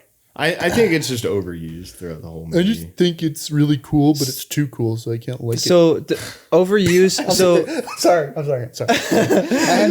Like what? It's like Zack Snyder is like afraid of just having like a wide still frame. Well, they do have some wide still frames. So I want to just ask, like, overused as in too much shakiness, or just a lot of too many use, instances, like a lot of it being used. Is it too shaky, or is it too many instances of it being shaky? Both. Because I think that the shaky handheld camera, or I think that the handheld camera style, when it's used, is appropriate, because it's not like that in every scene. Like, I remember there being certain wide scenes that weren't as shaky in the handheld. But one thing that I did notice, like watching it on a big screen, was that the amount of shakiness was a little too much for me, in terms of like kind of bordering on a little bit of like nausea. Skill issue.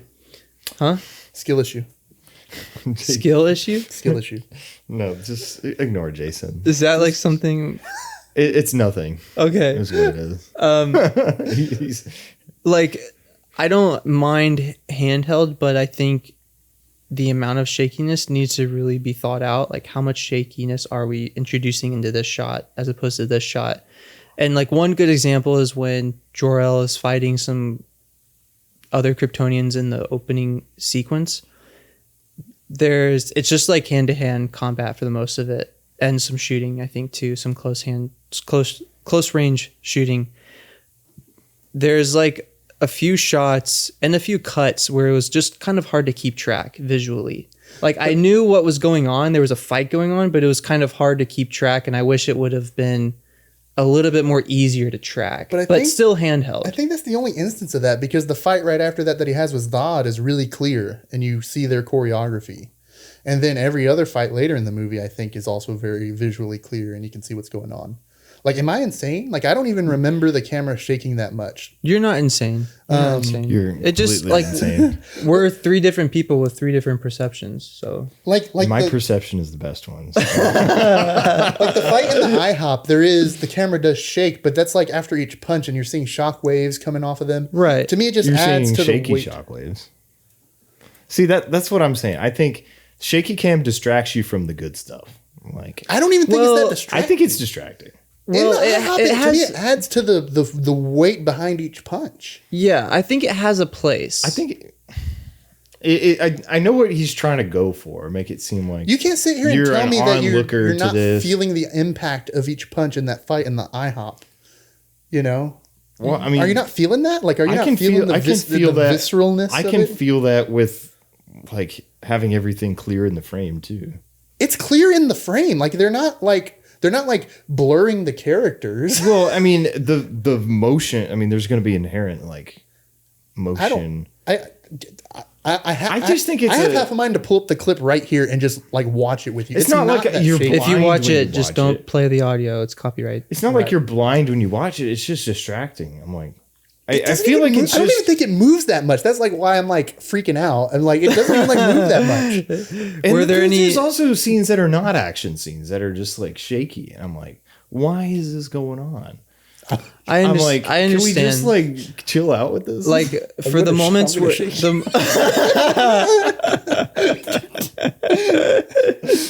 All right. the moments where it is, I understand what you're talking about, like the moments where there's not really action going on, but yet there's still a decent amount of handheld going on. I get that. I think there's other ways you can. There's better ways that you can simulate visceral like action, you know, and I've seen it done in other movies really well, like John Wick, for instance. Doesn't, I mean, maybe it uses some shaky cam. That doesn't but really. I remember like John Jason Wick. Bourne does the shaky cam. Yeah, John Wick just moves really fast with the characters, but I don't think it shakes too much. it's like the choreography is usually done on a non-shaky, like it's either still or like at least a moving camera, but it's not shaking, but you're able to see everything that's going on, and a lot of like the weight of the punches is done through blood, audio and design, cutting people up. choreography, visual effects, or just take a movie like The Batman, for instance, like that whole scene where he's going in to beat up all of Penguin's thugs, like no shaky cam at all, long takes, one of the best action sequences in the movie. I get that, but you're dealing with people who are mushy and you can feel the impact of them and stuff like that. But with two near invincible individuals, you kind of have to, they're not going to really bleed or anything like that. They're not going to break bones. How does shaky cam solve that problem though? I don't think it does. Is what I'm saying. I think it, because versus, whereas in the Batman, you're kind of getting this visceralness from him physically breaking these guys' bones. In this one, you're getting it from the fact that their punches are so like strong that they're shaking the town, you know? And I think that's where it's drawing its visceralness, because unfortunately, you can't really like make these people bleed very easily. You can't break their bones very easily. That doesn't communicate well. And that's not really how the fight's going, because Superman shouldn't be breaking Fiora's like elbow in this scene, right? Even if he could. That's just not where it's going. Whereas with the Batman, you got a guy who's in the dark, who's kind of like almost like a Terminator in the sense, right? Where he's going through, he's taking these really mushy people. and I say mushy because that's how I feel when you see him like beating those guys up, or like at the beginning of the movie where he takes all those guys down. Like that's like the reason that's visceral is because he's breaking their bones. You know, he's putting them in the hospital. Yeah. Right? I So mean, you don't need to substitute things. And I don't think the fact that they have to change things up for the fight scenes in this movie to kind of show that off is a bad thing. I think it's a choice, and it's a good choice, and I like it. I don't think it adds to the, and you know, and even like the zoom ins. Ooh, the punch zoom outs. zooms. Or just like, I even when love he's the punch flying, it'll just zooms. like randomly look like somebody's on their camera, just like zooming it. You know, it looks like almost like an iPhone video. For me, it's just like, to me, it doesn't seem like professional. It seems like it's like I know these people are super talented and professionals, but the way that they shoot it, it just seems like it's not. Like they intentionally made it like maybe that's they're trying to say, hey, this is like how the world views Superman. So we're going to kind of have it from like a bystander point of view. But to me, I guess the cinematography, at least in the shot composition, to me was distracting. It didn't seem like a professional dude, which is a shame because I think Zack Snyder is a good he has a good vision for these kind of things in his movie. And I'm not the only one that thinks this. You're the only one. I've never heard. There's a lot of people out you there. specifically are the only person. He's making people up. I'm kidding. It's like I don't want a found footage Superman movie. I guess it's just like it doesn't even feel like found footage. Does, I think they cut very few times to this like ground point of view, and I think it just kind of adds to the spectacle. Okay. The majority of the fight is from the point of view of Zod and Superman, and you have like a couple of shots. Really, the only one I can think of is when they're falling back from space. Is the one that's coming to mind. And then I guess when they're kind of punching each other through the city, but that's following Superman and/or / Zod when that happens. So that scene where they're cutting to the ground perspective, they do that not for the fight, they do that for the world generator scenes. But to me, that's entirely appropriate for what's going on, I don't know. I mean, it's like amateurish. I think that's a terrible take. I don't. It's not a terrible take, bro. How does that seem like an iPhone? Like you could do these scenes on an iPhone. Just pull it out, shake your camera, zoom in, zoom out. I don't. That's what it reminded me. That's what I thought of when I think the idea that something can be done easily makes it amateurish is a terrible take. That is awful. Well, I'm not saying the cinematographers are amateurish. I'm saying that the choices that they made. I don't think just because something is easy to do, like, oh, I could shoot that on my. That's so diminishing of. I think it diminishes their work. I do. Why? Because it looks sloppy. It looks unprofessional, in my opinion. I don't think it does. I think it's an intentional choice. You want to show what it's like on the ground, like that. How else are you supposed to do that? Because if you're doing wide angle shots not from the ground, or maybe on the ground, but just wide angle shots, but not from the perspective necessarily of somebody walking there, how else do you do that? If not literally pointing the camera at the action and like having the ground shake when the literal alien ship is slamming on the ground. It's them doing this. That only happens because the ground is shaking. Okay, we're talking in circles, Jason. Oh my God, bro. We're talking in circles at this point. Whatever, man. That's so disrespectful, bro. That's not disrespectful. That's crazy. Am I not allowed to critique how you are? But I just think that's like, that's like an insane take. How is that insane? I gave you good reasons behind it. To me, that doesn't make sense. That's not like whatever, man. Okay. I'm not going to convince you. So I just think that we should expect better. I don't know. I guess I don't think it's bad. I don't think we should expect it. It's good. It is what it is. That's what I don't think it is. I think it's poorly shot, in my opinion. But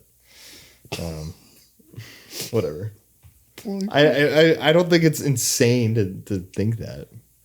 I don't think it's. I don't know. To me, it's like a very intentional decision that makes sense. You know, there's things shaking. The camera will shake. Okay. If you want to say it's exaggerated, like fine, but to say that's like poor, like I don't agree. I disagree. Okay. I think handheld as its own medium has a place, and I think it takes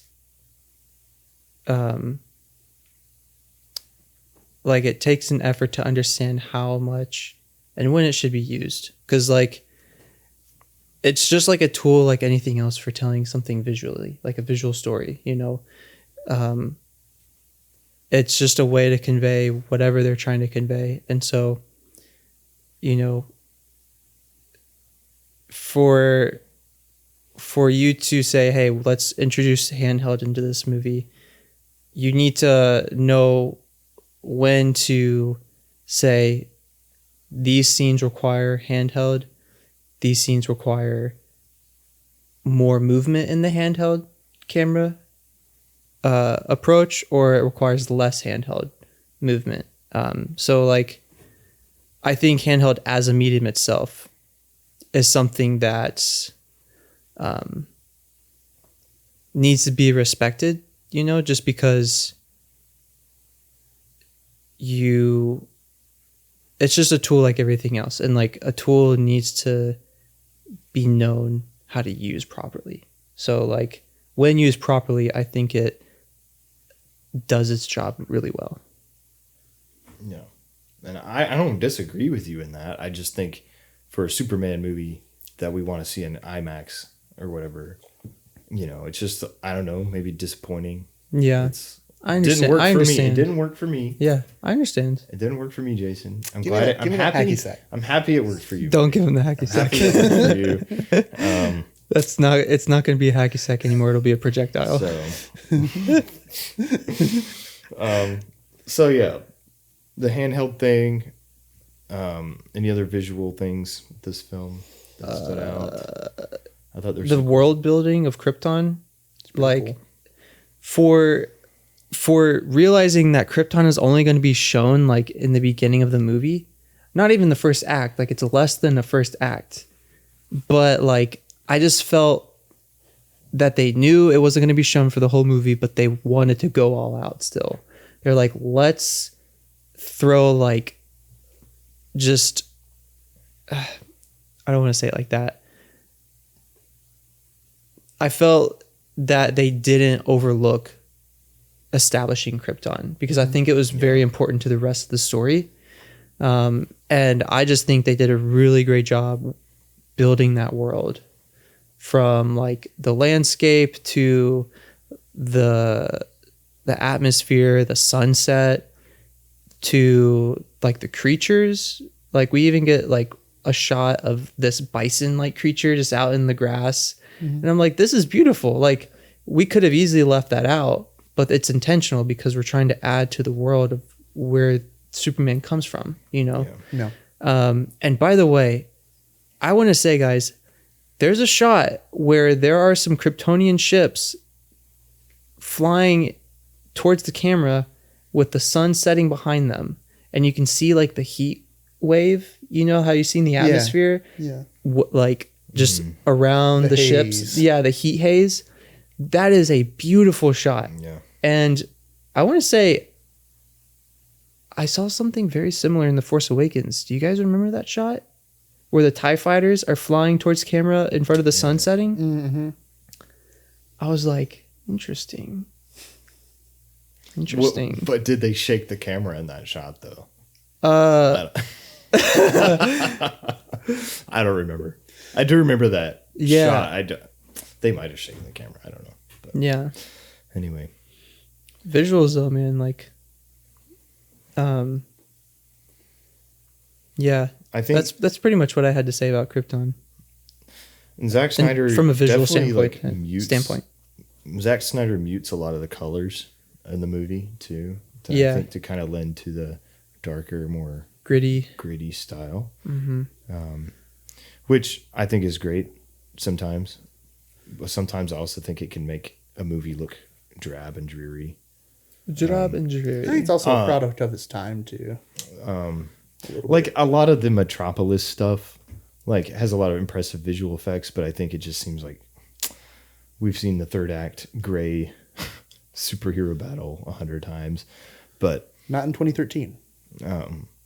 And I will shamelessly, what do you call it? Shill? Is that the word? Yeah. I will shamelessly. What's that word mean? Or glaze. I will shamelessly glaze the Batman every time I can.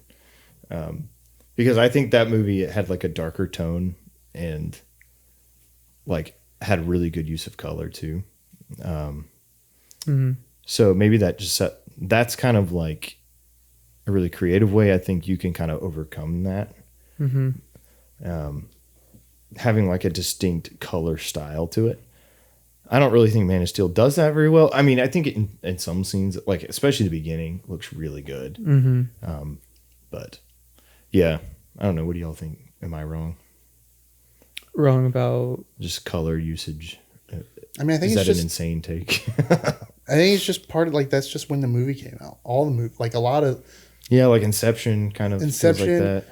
Age of Ultron, which comes out a year later, is a very gray-ish movie. But it still had more color, I think, than Man of Steel. Like Age of Ultron. I mean, Captain America's suit maybe, but MCU is a little bit brighter in terms of its color. they're super flat. They're always flat lighting, flat this. Well, flat I would this. say It's a lot of digital. Well, I would say Avengers has a lot more Avengers is range literally like in the highlights and the- shadows. Avengers is like the exception to the rule, especially like back then. Like even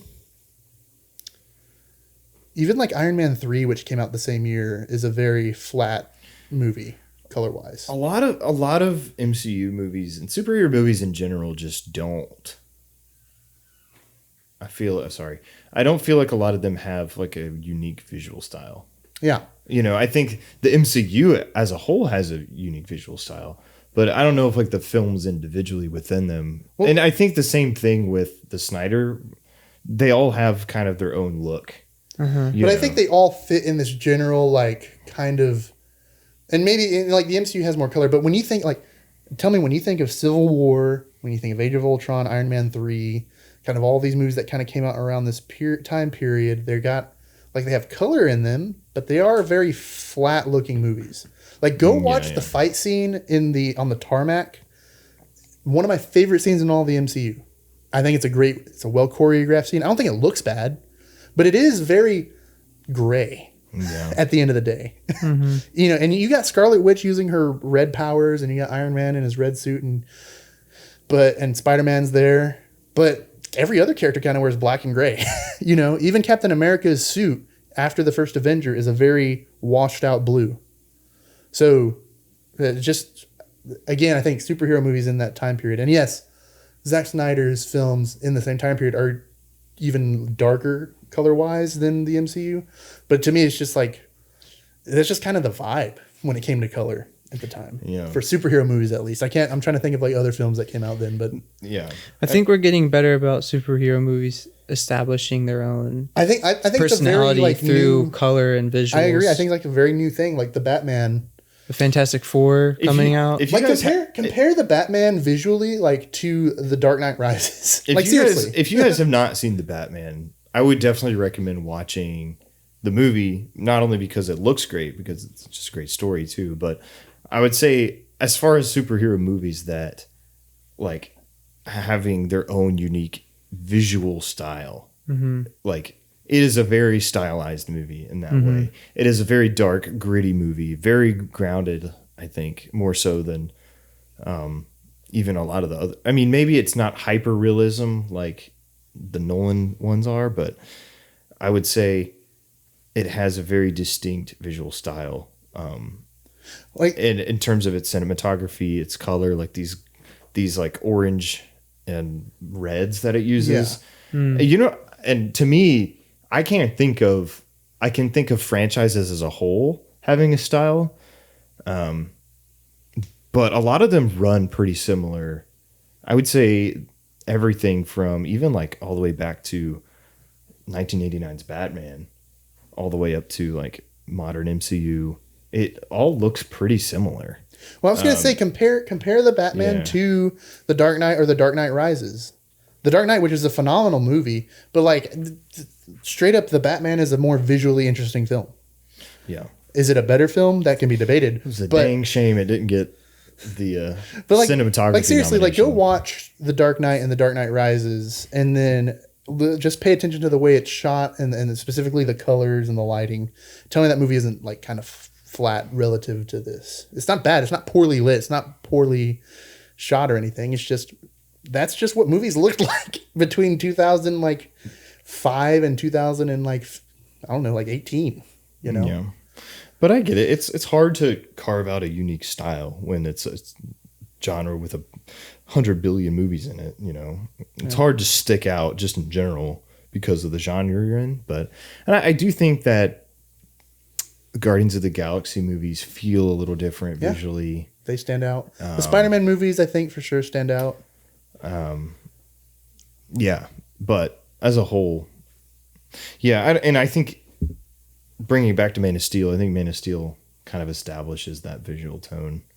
I don't know if the later movies use shaky cam as much. I don't or really handheld style. I don't think that's really at all in like the Justice League movie. At least the Snyder cut. Yeah, A little bit, I think, in BVS. There's some of it, but And I think more so in like, I feel like it's used a little bit more in the director's cut of BVS. well, he definitely goes more towards like a slow-mo emphasis, because Man of Steel, that doesn't really have a lot of slow-mo. I don't think it has any slow-mo. if at all. And everybody memes Zack Snyder for all the slow-mo, but it's actually really not in Man of Steel. So maybe he just kind of like went through a shaky cam phase and then switched to a slow-mo phase. But regardless, Man of Steel, we have differing opinions on how it looks, apparently. But I just said I didn't think I disagreed with you. we literally fought about the shaky cam for like 10 minutes. Oh, but you said how it looks like the. That's part. That's part of how it looks. Yeah. And stuff. Well, great. Anything else as far as Zack Snyder's visual direction before we go to the next topic? Briefly, we'll close it out soon. Visual direction. I want to say, I think the CGI holds up really well for the most part. There are a few scenes, mainly within Kryptonian versus Kryptonian fights, where very briefly you get a little bit of like a rubber CGI double. Yeah, but look. it's not. It's never. Like, It's not super. It's not like. It's not super prominent. It's just like certain shots where it's a little bit more video gamey, or like you could tell that it's more of that CGI body double. Yeah. But overall, like I think they did really well with capturing how strong these Kryptonians are on Earth through their speed, through their punches. And that also goes to the sound design as well. But when I first saw the movie, like I was just blown away with how strong they were able to show these characters, and like how crazy impactful those punches were. Mm-hmm. Like so memorable. And it just goes to show, I think, the care they had with the visuals and like really just showing how super powered these beings are.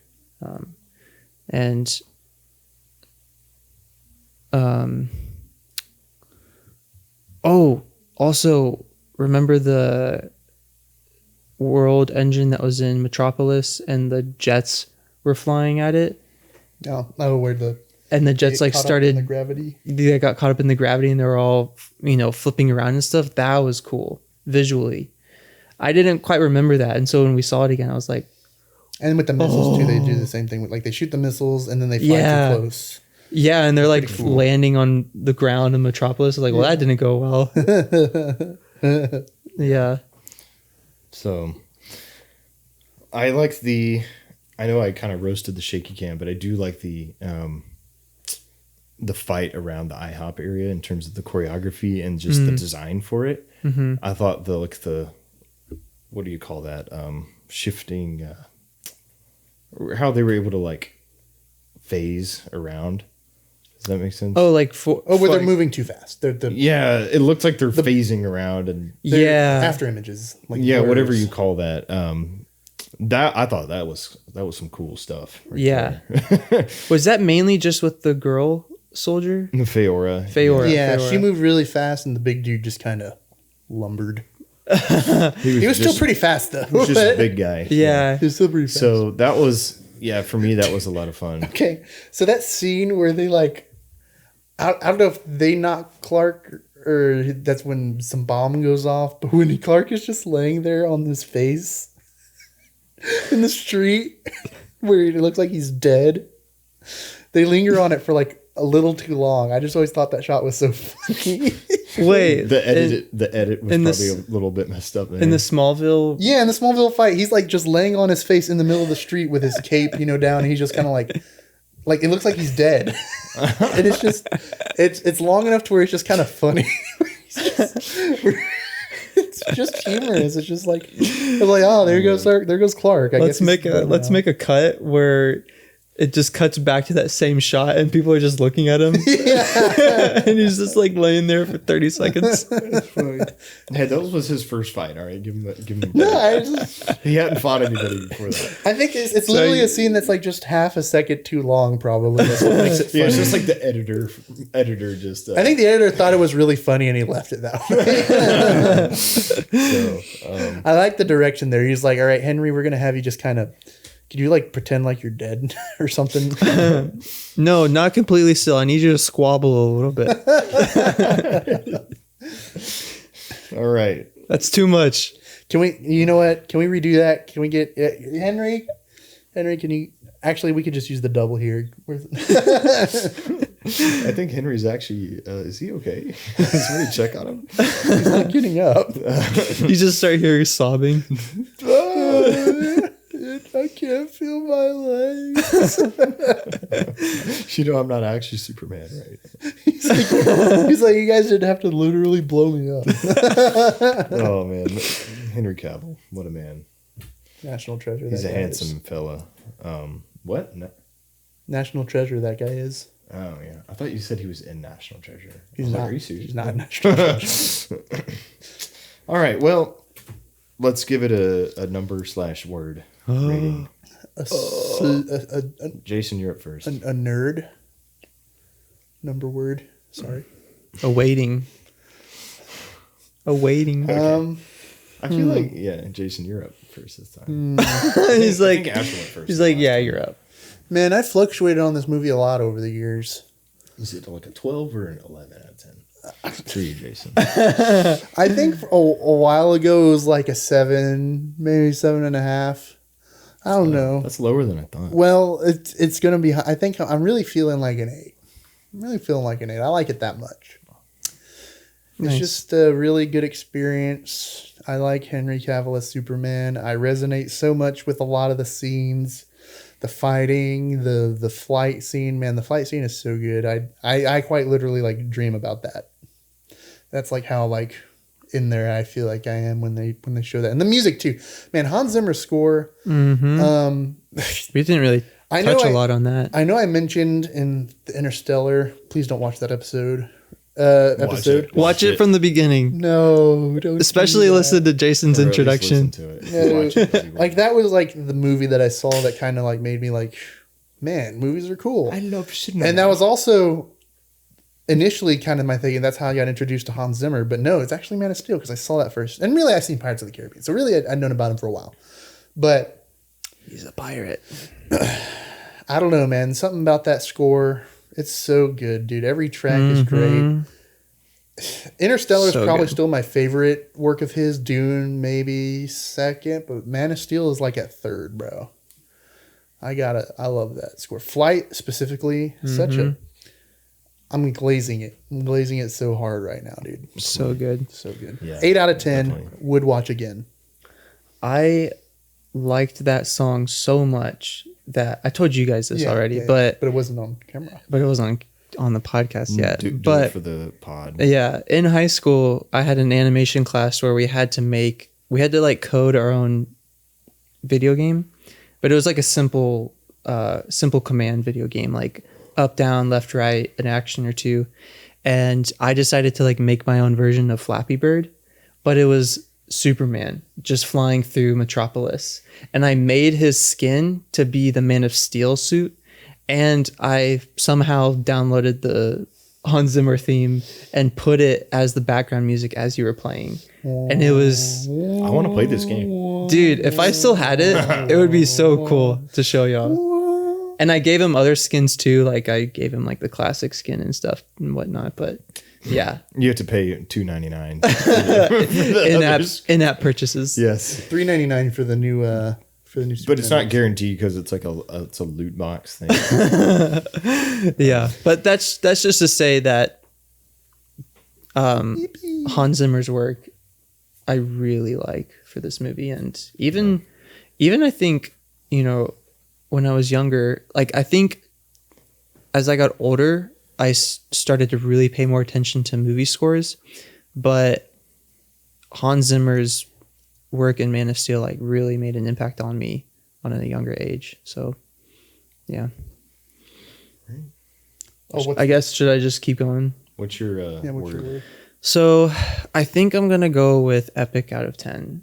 Epic. Epic out of 10. Sure you didn't want to use super? Might be saving that for a certain film we're gonna see in a couple of weeks. Guys, I'm excited to see Superman. I am too. I'm excited to see Fantastic Four. Yeah, we got to get our tickets. You got to get our tickets, dog. Anyways, epic out of 10, and mainly because I felt that they did really good with showcasing the stakes of this movie and putting Superman in these very strong opposing odds that really show like his character of what he did. And like even before he fought a Kryptonian, like even before he, like, say at the ending when he's trying to destroy the world engine and Zod's plan, like even before he went to go fight Zod, he had to deal with the other world engine on the other side of the earth in the Indian Ocean. And something about the scene where Superman is remembering the things that his Kryptonian father told him as he's at the bottom of the beam of the world engine, and you see his hand coming into frame as he's standing up against the weight of that beam, the gravitational pull, to then fly up and destroy it, literally in the center of the beam. Like that's where the most force was. Mm-hmm. Yet he is like pulling everything inside of him to just not give up and to fight and to go. Just like, don't give up, push through. And that just gives me chills. Like just the movie puts him in situations that bring out his character in such a very emotional way for me that has really just like made an impact on me as like a person. Like I know I can't fly around, but I feel like I was able to relate to Clark in a way that it can affect how I view myself and how I can like be a better person and like be a force for good to the people around me, you know, in the world. So that plus just all of the epic music, the visuals, and even like his fight with Zod and whatnot, like I think just was this very cool melting pot of a movie. You know, like we start on Krypton, it's already epic. Then we transition to Clark and start to see more of his humble beginnings on Earth, and then things climax. And it's just really cool to just see how relatable Clark is, and that can be variable for different people, but then like just escalate it to a point where his true character really has to show forth or lives are on the line, you know. So visually, artistically, emotionally, very epic and impactful. So epic out of 10. Epic out of 10. Epic. 1 out of 10. No, I'm just kidding. That's not accurate. So pros of the movie, I think I like the casting. I like the performances in the movie. I think those are really solid. Got a good villain. Mm-hmm. Great opening scene. I like Russell Crowe as well. I like the scenes with Russell Crowe and Henry Cavill together. Mm-hmm. I like the scenes with Superman and Zod together as well. Mm-hmm. I think the design for like the choreography and the fight scenes is really cool. I think the CGI is done really well. The score, like we've already mentioned, is pretty great. And I like this scene. I like the denouement. Where is that? How you say it? Basically the final like scene with him and Zod when he like snaps his neck. I think that's actually a pretty good scene. Mm-hmm. I'd say the cons are not the biggest fan of how the first act goes, with his development into Superman. And I'd say Lois Lane's kind of a disappointing, and a con would be the shaky cam. Yeah. For me. Yeah, and just in general, like cinematography just wasn't always the best. So I guess the final number, man, it's like part of me wants to go. I have my guess. Well, there's some other cons too that I feel like are relevant. Like I wasn't super emotionally invested in the movie, I guess, which you said you were, which I feel bad now, but Dude, don't feel bad. That was my experience. We all have our own experiences, bro. Don't change your rating based off of what I said. I don't want to just be the guy that always hates on movies all the time. Dude, like you're not, man. You're not. We're just picking the movies that Jason likes and I don't like. Okay, I like Man of Steel. We did overall. Incredibles. I didn't ask for Revenge of the Sith to come back in theaters. Okay, I'm just going to be confident when I say I'm going to give Man of Steel a 6 out of 10. Dude, yes, I guessed it right. And I feel like before I watched this, I would have given it like a 5. So I accomplished my mission. I grew in a little bit of appreciation. I think before, I think my main criticisms before were just like it was kind of boring and like slow and then now it's like it feels a little bit less of that, but I also notice other things. And I'd say the biggest thing that holds it back though is probably it just I don't know, it didn't emotionally resonate with me very well, I guess. That's understandable. Well, I think I mentioned way back when we first discussed this is like my hope was that you would like it, appreciate it more. And while it's not really appreciating it as much as I'd hoped, your opinion did improve on the film. So I will take that. We take those. We take those here on the Slate podcast. Jason takes those. I meant to say 6 out of 20. What? No. I've changed my rating scale moving forward. Just because Jason said a nice thing, I'm changing my rating to a 3. No, man. Well, yeah, that was a fun podcast, I think. And we're going to come back soon with our next news pod and then I think Superman pod. I keep wanting to call it Legacy, but it's not bad. Yeah, it used to be called Legacy, but it's not anymore. So super excited about Superman. We're back to the summer of. I haven't been this excited for a movie in a long time. So, can we make that a thing? The summer of Super. Summer of Super. This is what it is. We've kicked it off with Man of Steel. Let us know your thoughts about the movie. Give us your rating. Mm-hmm. Is it a misunderstood masterpiece, or is it just an okay movie? I like it. All right. And did you eat Snyder's pretzels while watching the Zack Snyder Man of Steel movie? I wonder if anyone's done that. Snyder's pretzels? Is that even like a chain? I don't vibe with those personally, but I'm an Auntie Anne's kind of guy. Yeah, Auntie Anne's. Snyder pretzels are the cracker, like the hard. Yeah. But ones. I like cracker pretzel, but I like a soft pretzel. Are you a softie for a softie? I'm a softie for a softie pretzel. Yeah, but not in general. Like who's a softie? That has so many connotations. Softie pretzel. Anyways. Well, this has been the On the Slate Movie Podcast. You can find us on TikTok, on Instagram, YouTube, wherever you listen to podcasts, and Spotify and Apple. We are your hosts, Wesley, Jason, and Asher. Stay tuned for more Superman stuff to come. We'll see you in the next one. God bless.